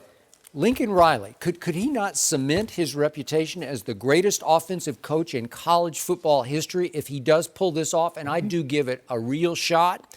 Think about what he did. He took a 2-time walk-on, Baker Mayfield, to a Heisman Trophy. Then he took a kid named Kyler Murray, who had, for some reason that I still don't understand, failed at Texas A&M. Something went wrong. You're right. He was known as a baseball player. He was going to be drafted high in baseball. He helped him win a Heisman Trophy. And now he could take a guy who got replaced at Alabama to a Heisman Trophy. You make it seem like it was like he shouldn't have got replaced. You know what? He had quite a run, did Jalen Hurts at He Alabama. did. And he went 26-2, as Jenny just said. He was the SEC Offensive Player of the Year. Over his 2 So was years, Tua. he threw for almost 5,000 total yards, a guy who can't throw. He ran over the 2-year period for 809 yards. He totaled 61 touchdowns, and he flat out saved Alabama's season last year in the fourth quarter of the SEC championship game against Georgia when he came in, and the guy who can't throw completed 7 of 9 for 82 yards, and he ran for another 28 yards all in the fourth quarter and saved Nick's bacon. Skip. Am I right? Hold on. But who came off the bench in the national championship game? He did. He did. Again, so Tua got them to back-to-back championship games, right, as the starter. Back-to-back, and he lost. No, you mean Hurts did. I mean, Jalen Hurts. I'm sorry. Jalen Hurts got him back-to-back, and he lost to Deshaun. No shame there, right? But if he could throw it, because Jake Coker beat him. Jake Coker beat Deshaun Watson. Took him down. You know what? I did love in his first big media session at the University of Oklahoma, I loved what Jalen Hurts said yesterday because he is unique. I always like his intangibles. I like his guts, his backbone, his belief in himself. He's not your average Joe. He said he's built for these type of situations. He's built for this one. Watch what Lincoln Riley does with the kid who can't throw. Watch this offense cook. First of all, is it flu season still? No. Okay, so he ain't got he don't got to get a shot. Because Skip, he 62%. That's his completion percentage for a career. Kyler Murray was 69. Baker Mayfield was 70.5. Has Jalen played for Lincoln Riley yet? Hold on, Skip. Hold on, Skip. At Alabama, offense is an afterthought. Seriously. Do you see Tua? You see Tua for a while until he came apart. I saw him come apart. He lost it. First of all, hold on. Did Tua graduate? Nope. Did Trevor Lawrence graduate? The Clemson kid that won the national championship as a freshman? Nope. Where are you guys going? Wait, did Lincoln Riley graduate? Nope. Nope. Around. Skip. Shannon, you better watch. Jalen Hurts, Skip, he was unbelievable. He was 26-2. But Tua has only lost one game. He's probably going to be 26-2. Well, he might not lose another game in his career. Alabama going to win the national championship. Skip, look, I know it sounds good. I mean, 3 straight Heisman Trophy winners. I mean, we hadn't seen back-to-back Heisman Trophy winners. USC did it. Army did it in the 40s with Glenn Davis and Doc Blanchard. So, okay, and Archie Griffin, he won back-to-back Heisman Trophy. That's one guy, I think 74, 75. 74, 75, that was the year I think he did it. But Skip, stop. You know good and well Jalen Hurts is not going to win the Heisman Trophy. He's not perfect. And first of all, if you don't throw for 4,000 yards, if you don't have 40 touchdowns passing, Skip, you're not going to get it. That's what you need to do. Tua's going to be 40 touchdowns. Lawrence is probably going to be high 30s this year. No, he's not winning the Heisman Trophy. In the end, Nick wants to run the football and play defense. It's just hard to do that. Nick wants to win national titles. We want to get number 7 to cement ourselves. We already number 1, but we want to leave no doubt. Because right now, there's a little doubt that the guy that got a statue on the sideline with his houndstooth hat on is still great, still greater than I. But if I were to get 7, there will be no doubt. You know what I saw from Tua? He was on this magical roll, and it was blissful ignorance where nothing had gone wrong. And all of a sudden, when things started going wrong, when all of a sudden he gets a little rush on him, gets a little heat, he throws a pick, he started to unravel in ways that shocked me. I don't think Jalen unravels. He did. Yeah, he did. You seen him unravel against Georgia? The guy wide open for a touchdown and throw it in the 5th row. But that's neither here nor there. That's in the past. We wish Jalen Hurts, we wish him all the best. But right now it's onward and upwards for Tua and the Roll Tide. Yep. You wish him the best. That's we nice wish him nothing but best. But you better not see us, because we know how to get you. Really? Yeah. You know what? Jalen Hurts is going to be on a mission to prove Alabama wrong. Texas is going to beat y'all. Wrong. Texas is going to do y'all in at the Red River. Nope. Put some do on it right now. I got to do. I got 2. I want 2 cases right now. 2 cases? 2 cases of do. Texas in the Red River. All right. I like it. Done. And they got the new Tim Tebow at quarterback, right? No, they got it. Yeah. He's good. We'll see. Yeah, we'll see. Let's go. So, as this you can tell us what happens What at do you OU. wanna know? Yeah. CeeDee Lamb, can he play? Oh, yeah, he can CeeDee play. Lamb can catch Oh, yeah. the football. We watched him against Alabama. I We like watched him take a that lot. He's Okay. good. And the speed they have on They other have receivers. speed. Listen, if I start naming names, you won't know them, but they are deep at receiver. They're deeper than Alabama? Jerry and Judy, the call. Everybody coming back. All those receivers are back for Alabama. Back for Alabama. Is Lincoln Riley your offensive coordinator? I don't think so. We don't worry about that. You know what? This is going to be really If fun Lincoln to Riley watch. the head coach, who the head coach of Oklahoma, Skip? Lincoln Riley? So if I give you a choice, you got Lincoln Riley, you got Nick Saban. Which one you taking, Jeannie? I'll take Lincoln Riley. Taking Lincoln. Yep. There we go. Yeah, if it's a Continental, that's the only Lincoln I want, a Lincoln Continental. But I don't want no guy named Lincoln. Stop it, Skip. But you ought to be, you know what, Skip? You ought to be ashamed of yourself that you actually sat across from me and say you would rather have Lincoln Riley than Nick Saban. And Jeannie, I can't believe I feel the you. same way. You know what I'm thinking, Shannon? Next year when I cover Oklahoma one weekend, why don't you come with me? Shadow me, sit down with Lincoln, just be around the program. Oh, he'd be won over. I feel like he'd come in here rooting. He'd be on the Oklahoma As a matter of fact, I'm going to be bandwagon. busy this summer because I'm going to give a pep talk to the Alabama Crimson Tide. Are you really? Yeah, me and old Coach Saban. Really? Yep. Well, that would be a big mistake. I don't know about that. I don't know about that. All right, Man, I well, really like my chances. You a hater, Skip. You You need can to think stop about it, your trip with Yep. me No. to go visit Oklahoma. No, could y'all Skip buy can us? come too. We can do the show Y'all- from there. Shannon Sharpe, what did I keep telling you? Week after week this year, I said, beware Kyler Murray. You said, it's over. Tua's got this Heisman. It's wrapped up, right? I mean, I kept telling you, no, Kyler's coming. Kyler's coming. I mean, think about it. The dude sat at the equivalent of 3 games. So he'd have had 55 touchdowns, but we blowing people out. But this year, coach, and we ended up getting nicked, and we were really never the same after we got nicked. Don't let us play a clean season. I'm already ready Don't for let the us play a college clean football season. season to start. All right, lots to look forward to. Unfortunately, the Lakers season, well, that's been a disaster. That's going to wrap up pretty soon. Luckily, we have Michael Rappaport here to break it down. Tell us what went wrong next. Rappaport's still a hater. No mercy. LeBron coming to L.A.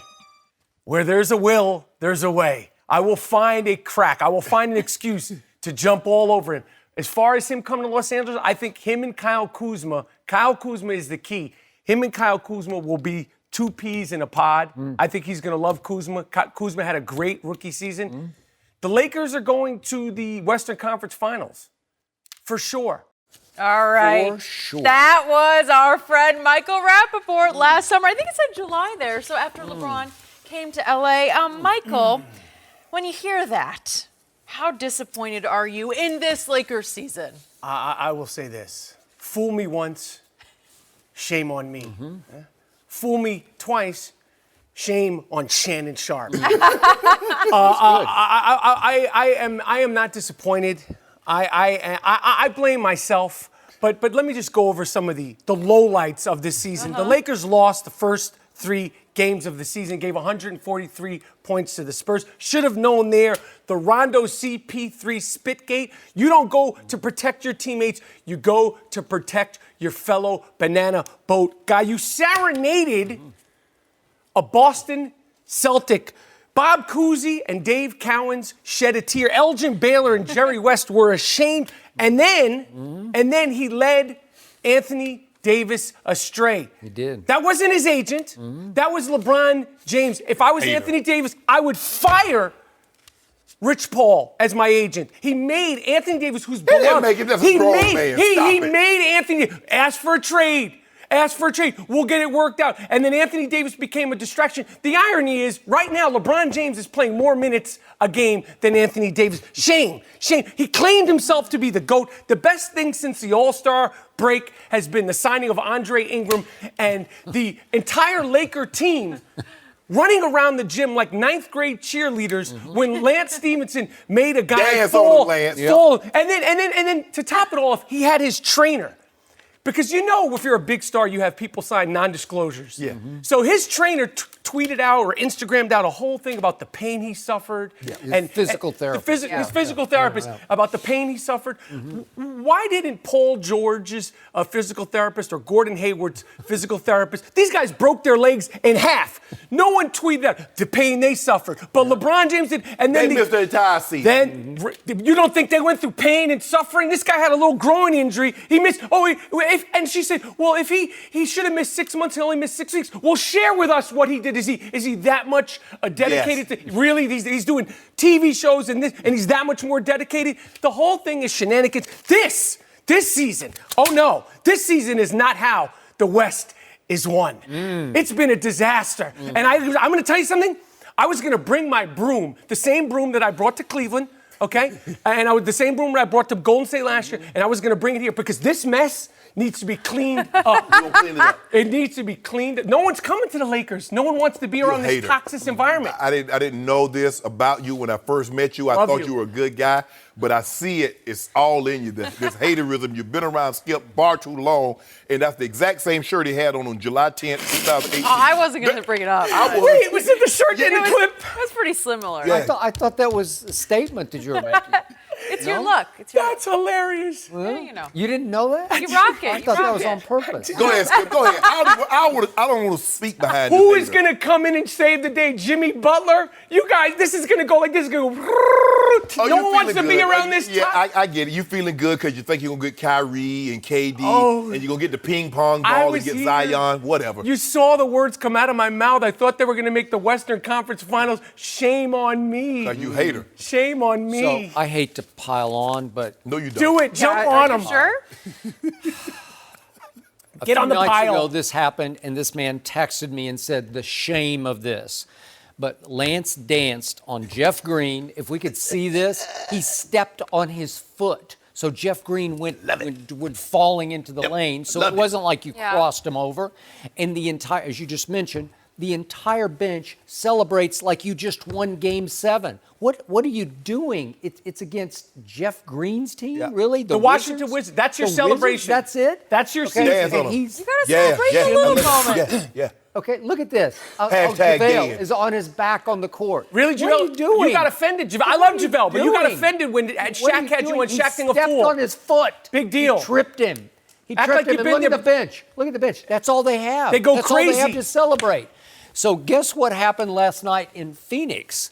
Jeff Green actually body bagged it. Who was it? Dragan Bender? Yeah. Banged it on his head. Yeah, here he is. He dunks. And look what the Wizards bench does.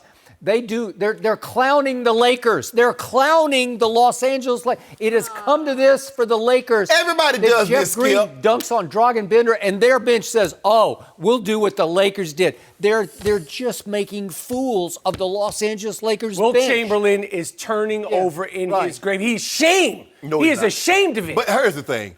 Everybody does this. When James Harden hit the step back or he's dancing on people, everybody runs on the court. This is not new to the Lakers. You want to get down on the Lakers because they're not in the playoffs. You wouldn't say anything if they were in the playoffs. They're not. You know what they're not? And you know what, Shannon? For some reason, every day, and I'm a fan. I am a fan of this show. I watch this show when I'm not on. I'm excited to be here. For some reason, Shannon Sharpe, you keep bringing up when the Lakers were the 4th seed, That was a couple of days after the Los Angeles Clippers were the 1 seed.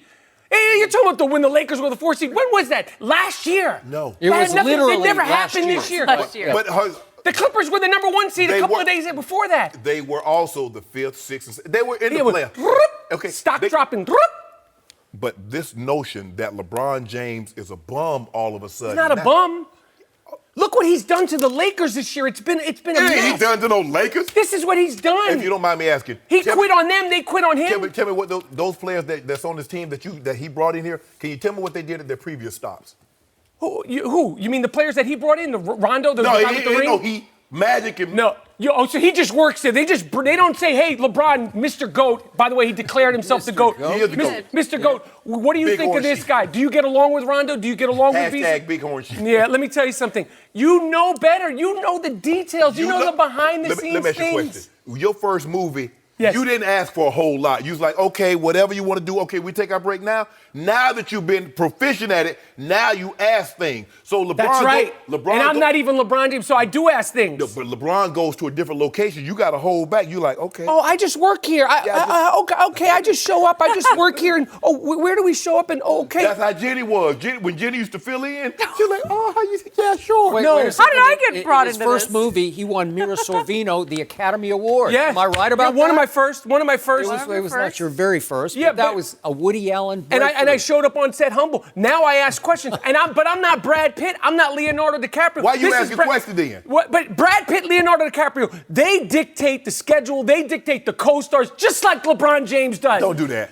You know that they don't just like, oh, LeBron, we're going to get this person, get that Steven person. Spielberg is in charge of the movie. He says who's going to be in it. No, he's going to talk to Leonardo and he's going to say, what do you think of this? LeBron is not in charge of casting. Yes, he is. He left that up to Rob Pelinka and Magic Johnson. He's in charge of Shannon, casting. I He's think in charge you of know casting better. for the NBA. I think you know better. You have to, what do all the GMs say? You have to give the keys to the kingdom when you sign this guy because he and all of his advisors. He's a Denzel. Yeah. I just want to do my part, and hopefully the movie turns out great. Yeah, Denzel just shows up. He doesn't have any say in things. That's why Pat Riley was like, nah, we're not having that. Bye-bye. Yeah, and that's why he's crying. Oh, I can't believe he left me high and dry. Oh, that's And theatrics. He learned that in L.A. at acting how's class. he doing? How's he doing? How Pat Riley doing? How the playoffs going? How the finals going? So Shannon Sharpe, that Yes. midnight that Magic showed up at the Hour Brentwood early. door, Yeah. right? It was 11 a.m. You started the driveway for an hour. Oh, you got that? You got those details. Okay. You got those details. So that night, Magic surely said, I'm thinking about bringing in Rondo and Lance and maybe Michael Beasley. You don't think he said that? That's what they were talking about, the formation of LeBron's Lakers. Said, but LeBron probably asked, they said, man, look here, bro. I want to come to the Lakers. Tell me what your vision is. How are we going to put this thing together? Okay. How are we going to assemble a team that can take down Golden State? Okay. How are we going to do that? And so Magic says this, and this, and LeBron, I guess, said, no, good. And Magic said, look here. Like it. He said, we're going to really go hard after Paul George in 2018. But if we don't get Paul, it was last year, 2018. Yeah. Okay.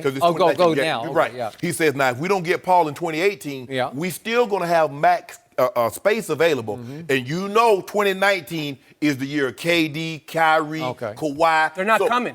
Will you hush? None of them are coming.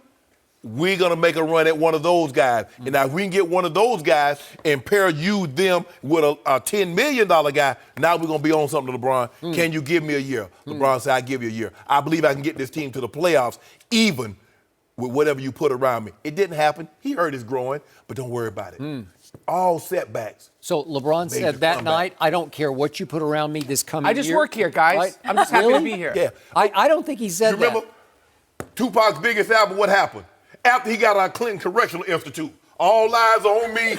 Oh, this is his Tupac moment? 2019, all eyes on me. Can I quote you? That is a bunch of bull jive. You know it's bull jive. If it smells like bull jive, acts like bull jive, it's bull jive. You know the beginning of the end is happening. None of those dudes are coming to the Los Angeles Lakers. That's what you're No hoping. one wants to be around that toxic environment. You done went to New Orleans and got your little voodoo doll, but it's not going to work. Oh, my God. You say he doesn't control the Lakers. He tried to control the New Orleans Pelicans. No, he didn't. Oh, Anthony Davis went to him in the beginning of the year and told him he wanted out. He wanted to keep it behind the scenes, but they didn't want to give in to his wishes. He no longer wanted to play there. Oh, you got that.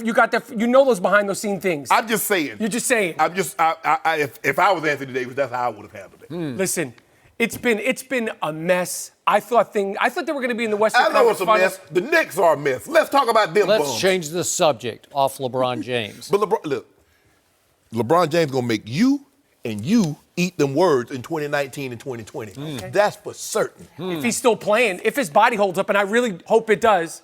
I don't wish that on any athlete. If his body holds up, I mean, he was complaining about a groin injury. He had his physical therapist send out a tweet about it. First of all, that's not his personal physical therapist. Oh, you did it. You don't know what a non-disclosure is. You don't think anybody that's touching LeBron James that was another design thing. Plant out. First of all, Hashtag plant. The way I look at it like this here.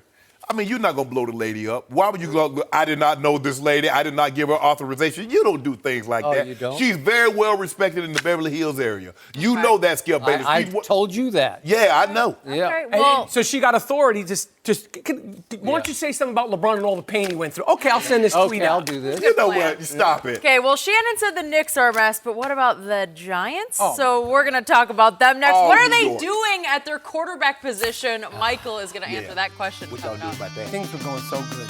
No mercy.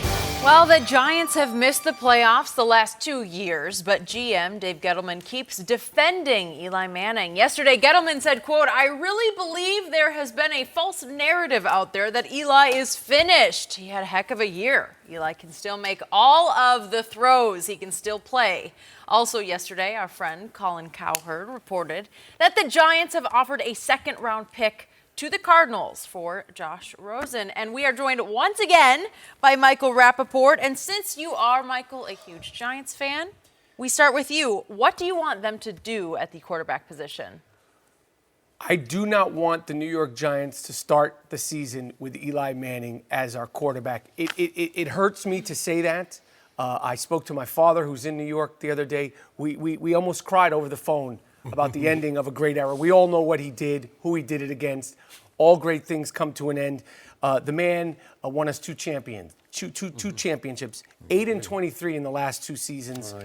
He had one of the greatest talents in the NFL there. He couldn't get him the ball to let Odell fly. And next year we're going to be reminded when he's in Cleveland, it's not only going to remind us how great Odell is, but it'll remind us how deficient Eli was. The idea of having a Jewish quarterback in New York City, that would be like a mirage to us. That would be so like, is this real? Yeah. And if he went 0-10, no one would say anything the first 10 games. We need to move on. Whether it's Dwayne Haskins or the chosen one, we need to move on. Starting the season with Eli Manning, we know exactly where it's going to end up. And I hate to say it, But that's just a reality. And I don't know enough about Josh Rosen's talent. I don't know about Dwayne Haskins. And if we did pick Dwayne Haskins, would he even start the season? No. So we're starting the season with Eli Manning, which is bad, which is gonna get a pounding for Saquon Barkley, who I want the Giants to thank me for coming on this show and Mr. Coward's show and insisting they draft Saquon Barkley. You're welcome. Okay, but going forward, I don't know what we're going to do with quarterback. I feel like my prediction is that we're going to start the season with Eli as a quarterback, and it's whether it's Haskins or Rosen, you're starting the season with Eli. We finally agree on something. Go ahead, Skip. So Gettleman didn't finish his statement about Eli can make all the throws, ... up to 10 yards. He can make them up to 10 yards, right? Because he had his career high completion percentage of 66%. Yeah. Because he's flipping it to Saquon, like 2-yard passes to Saquon, no yard passes to Saquon, right? Okay. That's how you did 66%. But you're stuck because when he defends Eli, there's a case to be made that he's better than Blake Bortles. He's better than Fitzmagic over a whole season. He wasn't awful last year. His QBR has actually ticked up the last three seasons, but every year he finished 25th. So you're going nowhere slowly with Eli Manning. He's not the worst quarterback, but you're the New York Football Giants, and you're just trying to hang in and hang on with what's left of Eli. Right. While I know what happens, they're looking at Brady up in Foxborough saying, look what he's going to do at 42. He hasn't lost anything. And we beat him in the Super Bowl. Beat him. Twice. And We so gotta you say, move forward. oh, Eli, he's going to recapture his magic at 37, going on 38. Nope, he's not. Right. It's going slowly into the sunset. But the thing is, Skip, they talk about recapture the magic. Eli was never great. They make it seem like if let's just say for the sake of argument, Brady has dropped 5% or 8%. Considering where he was, he's still an all-time great. You make it seem like Eli was just lighting it up like, man, I would take Eli over Peyton, I'd take him over Brady, I'd take him over Big Ben and Breed, yada, yada. No! He had 2 magical wild card runs. Wild card runs. Yes. Where you go on the road and you keep shocking the NFL world by winning on the road. And then you shock Tom Brady, undefeated Patriots. And then you shock him again. Right. And you're a made man in New York City. You've got this, right? Till death do you part. Well, that's not how it works. It's unbelievable because here's the thing about wild cards. Normally when you go on the road as a wild card, you're underdog. There's no expectations. But what happened when they have the number 1 seed, they have the expectation. Boom, gone. I can't argue with you, and I totally agree. Even when we won the Super Bowl, Eli's always been a guy where there's been moments where you go, what's happening here? At his best. Yeah. And he's never been Tom Brady. He's never been this, Aaron Rodgers. I don't know. I don't know what we're going to do. It's very upsetting. It's concerning, and it's disappointing. But listen, I went nuts when that guy McAdoo the wackadoo, when he insisted on benching him. But you know what? He was right. He was right because we should have started then planning ahead. Oh, that was the right move. That was a sentimental. That was living in the past. And aside from Eli, I'd love to know how many remaining Giants were on those Super Bowl teams. Just Eli. That's it. Just Eli. That's what I'm saying. So it's like at a certain. So you gonna bring Strahan? You gonna bring Tuck? You gonna bring all those? Let's Strahan should start. Cruz? You gonna bring all those guys? Manningham? You gonna bring all those guys? Yeah, that's what we should do because we're living in the past now. We appreciate everything he did. But here's the thing: when McAdoo tried to make this move to bench Eli, he got the blessing from ownership. He got the blessing from the general manager, who's Reese. But the fan backlash was so great, they went back the next week and inserted Eli into the starting The way he lineup. did it. It was the way he did it. But he was right. He was right, Shannon. He was right. I hate saying Let me ask you a question. How do you do it? He was just trying to keep Eli's streak alive. He knew Eli was washed. And Eli knew it too because when he was crying, he knew it was the end. And I love Eli. But, so many, bring back Terry Bradshaw for the Steelers. Forget, it's like we can't live in the past. He's the only remaining guy from those. We have the rings. We have the memories. We destroyed the Patriots, not once. Oh, no. We destroyed them twice. I could have that for the rest of my life, Eli. We'll retire your jersey, all that stuff. But we got to move forward. I hate to be the bearer of bad tidings, but Josh Rosen is not the long-term answer. I don't think Dwayne Haskins is the long-term answer. I agree. I like Will Grier as the second-best quarterback in this draft, but I'm going a little out on the limb. You'd have to close your – would you take him at 6? It'd be way too high. You might be able to get Will Grier in the second round. Yeah. So, again, I would try him before I'd try the other 2 guys, but the truth is you're pretty stuck. You just know that 10 isn't the answer. That for is the correct. Giants. No.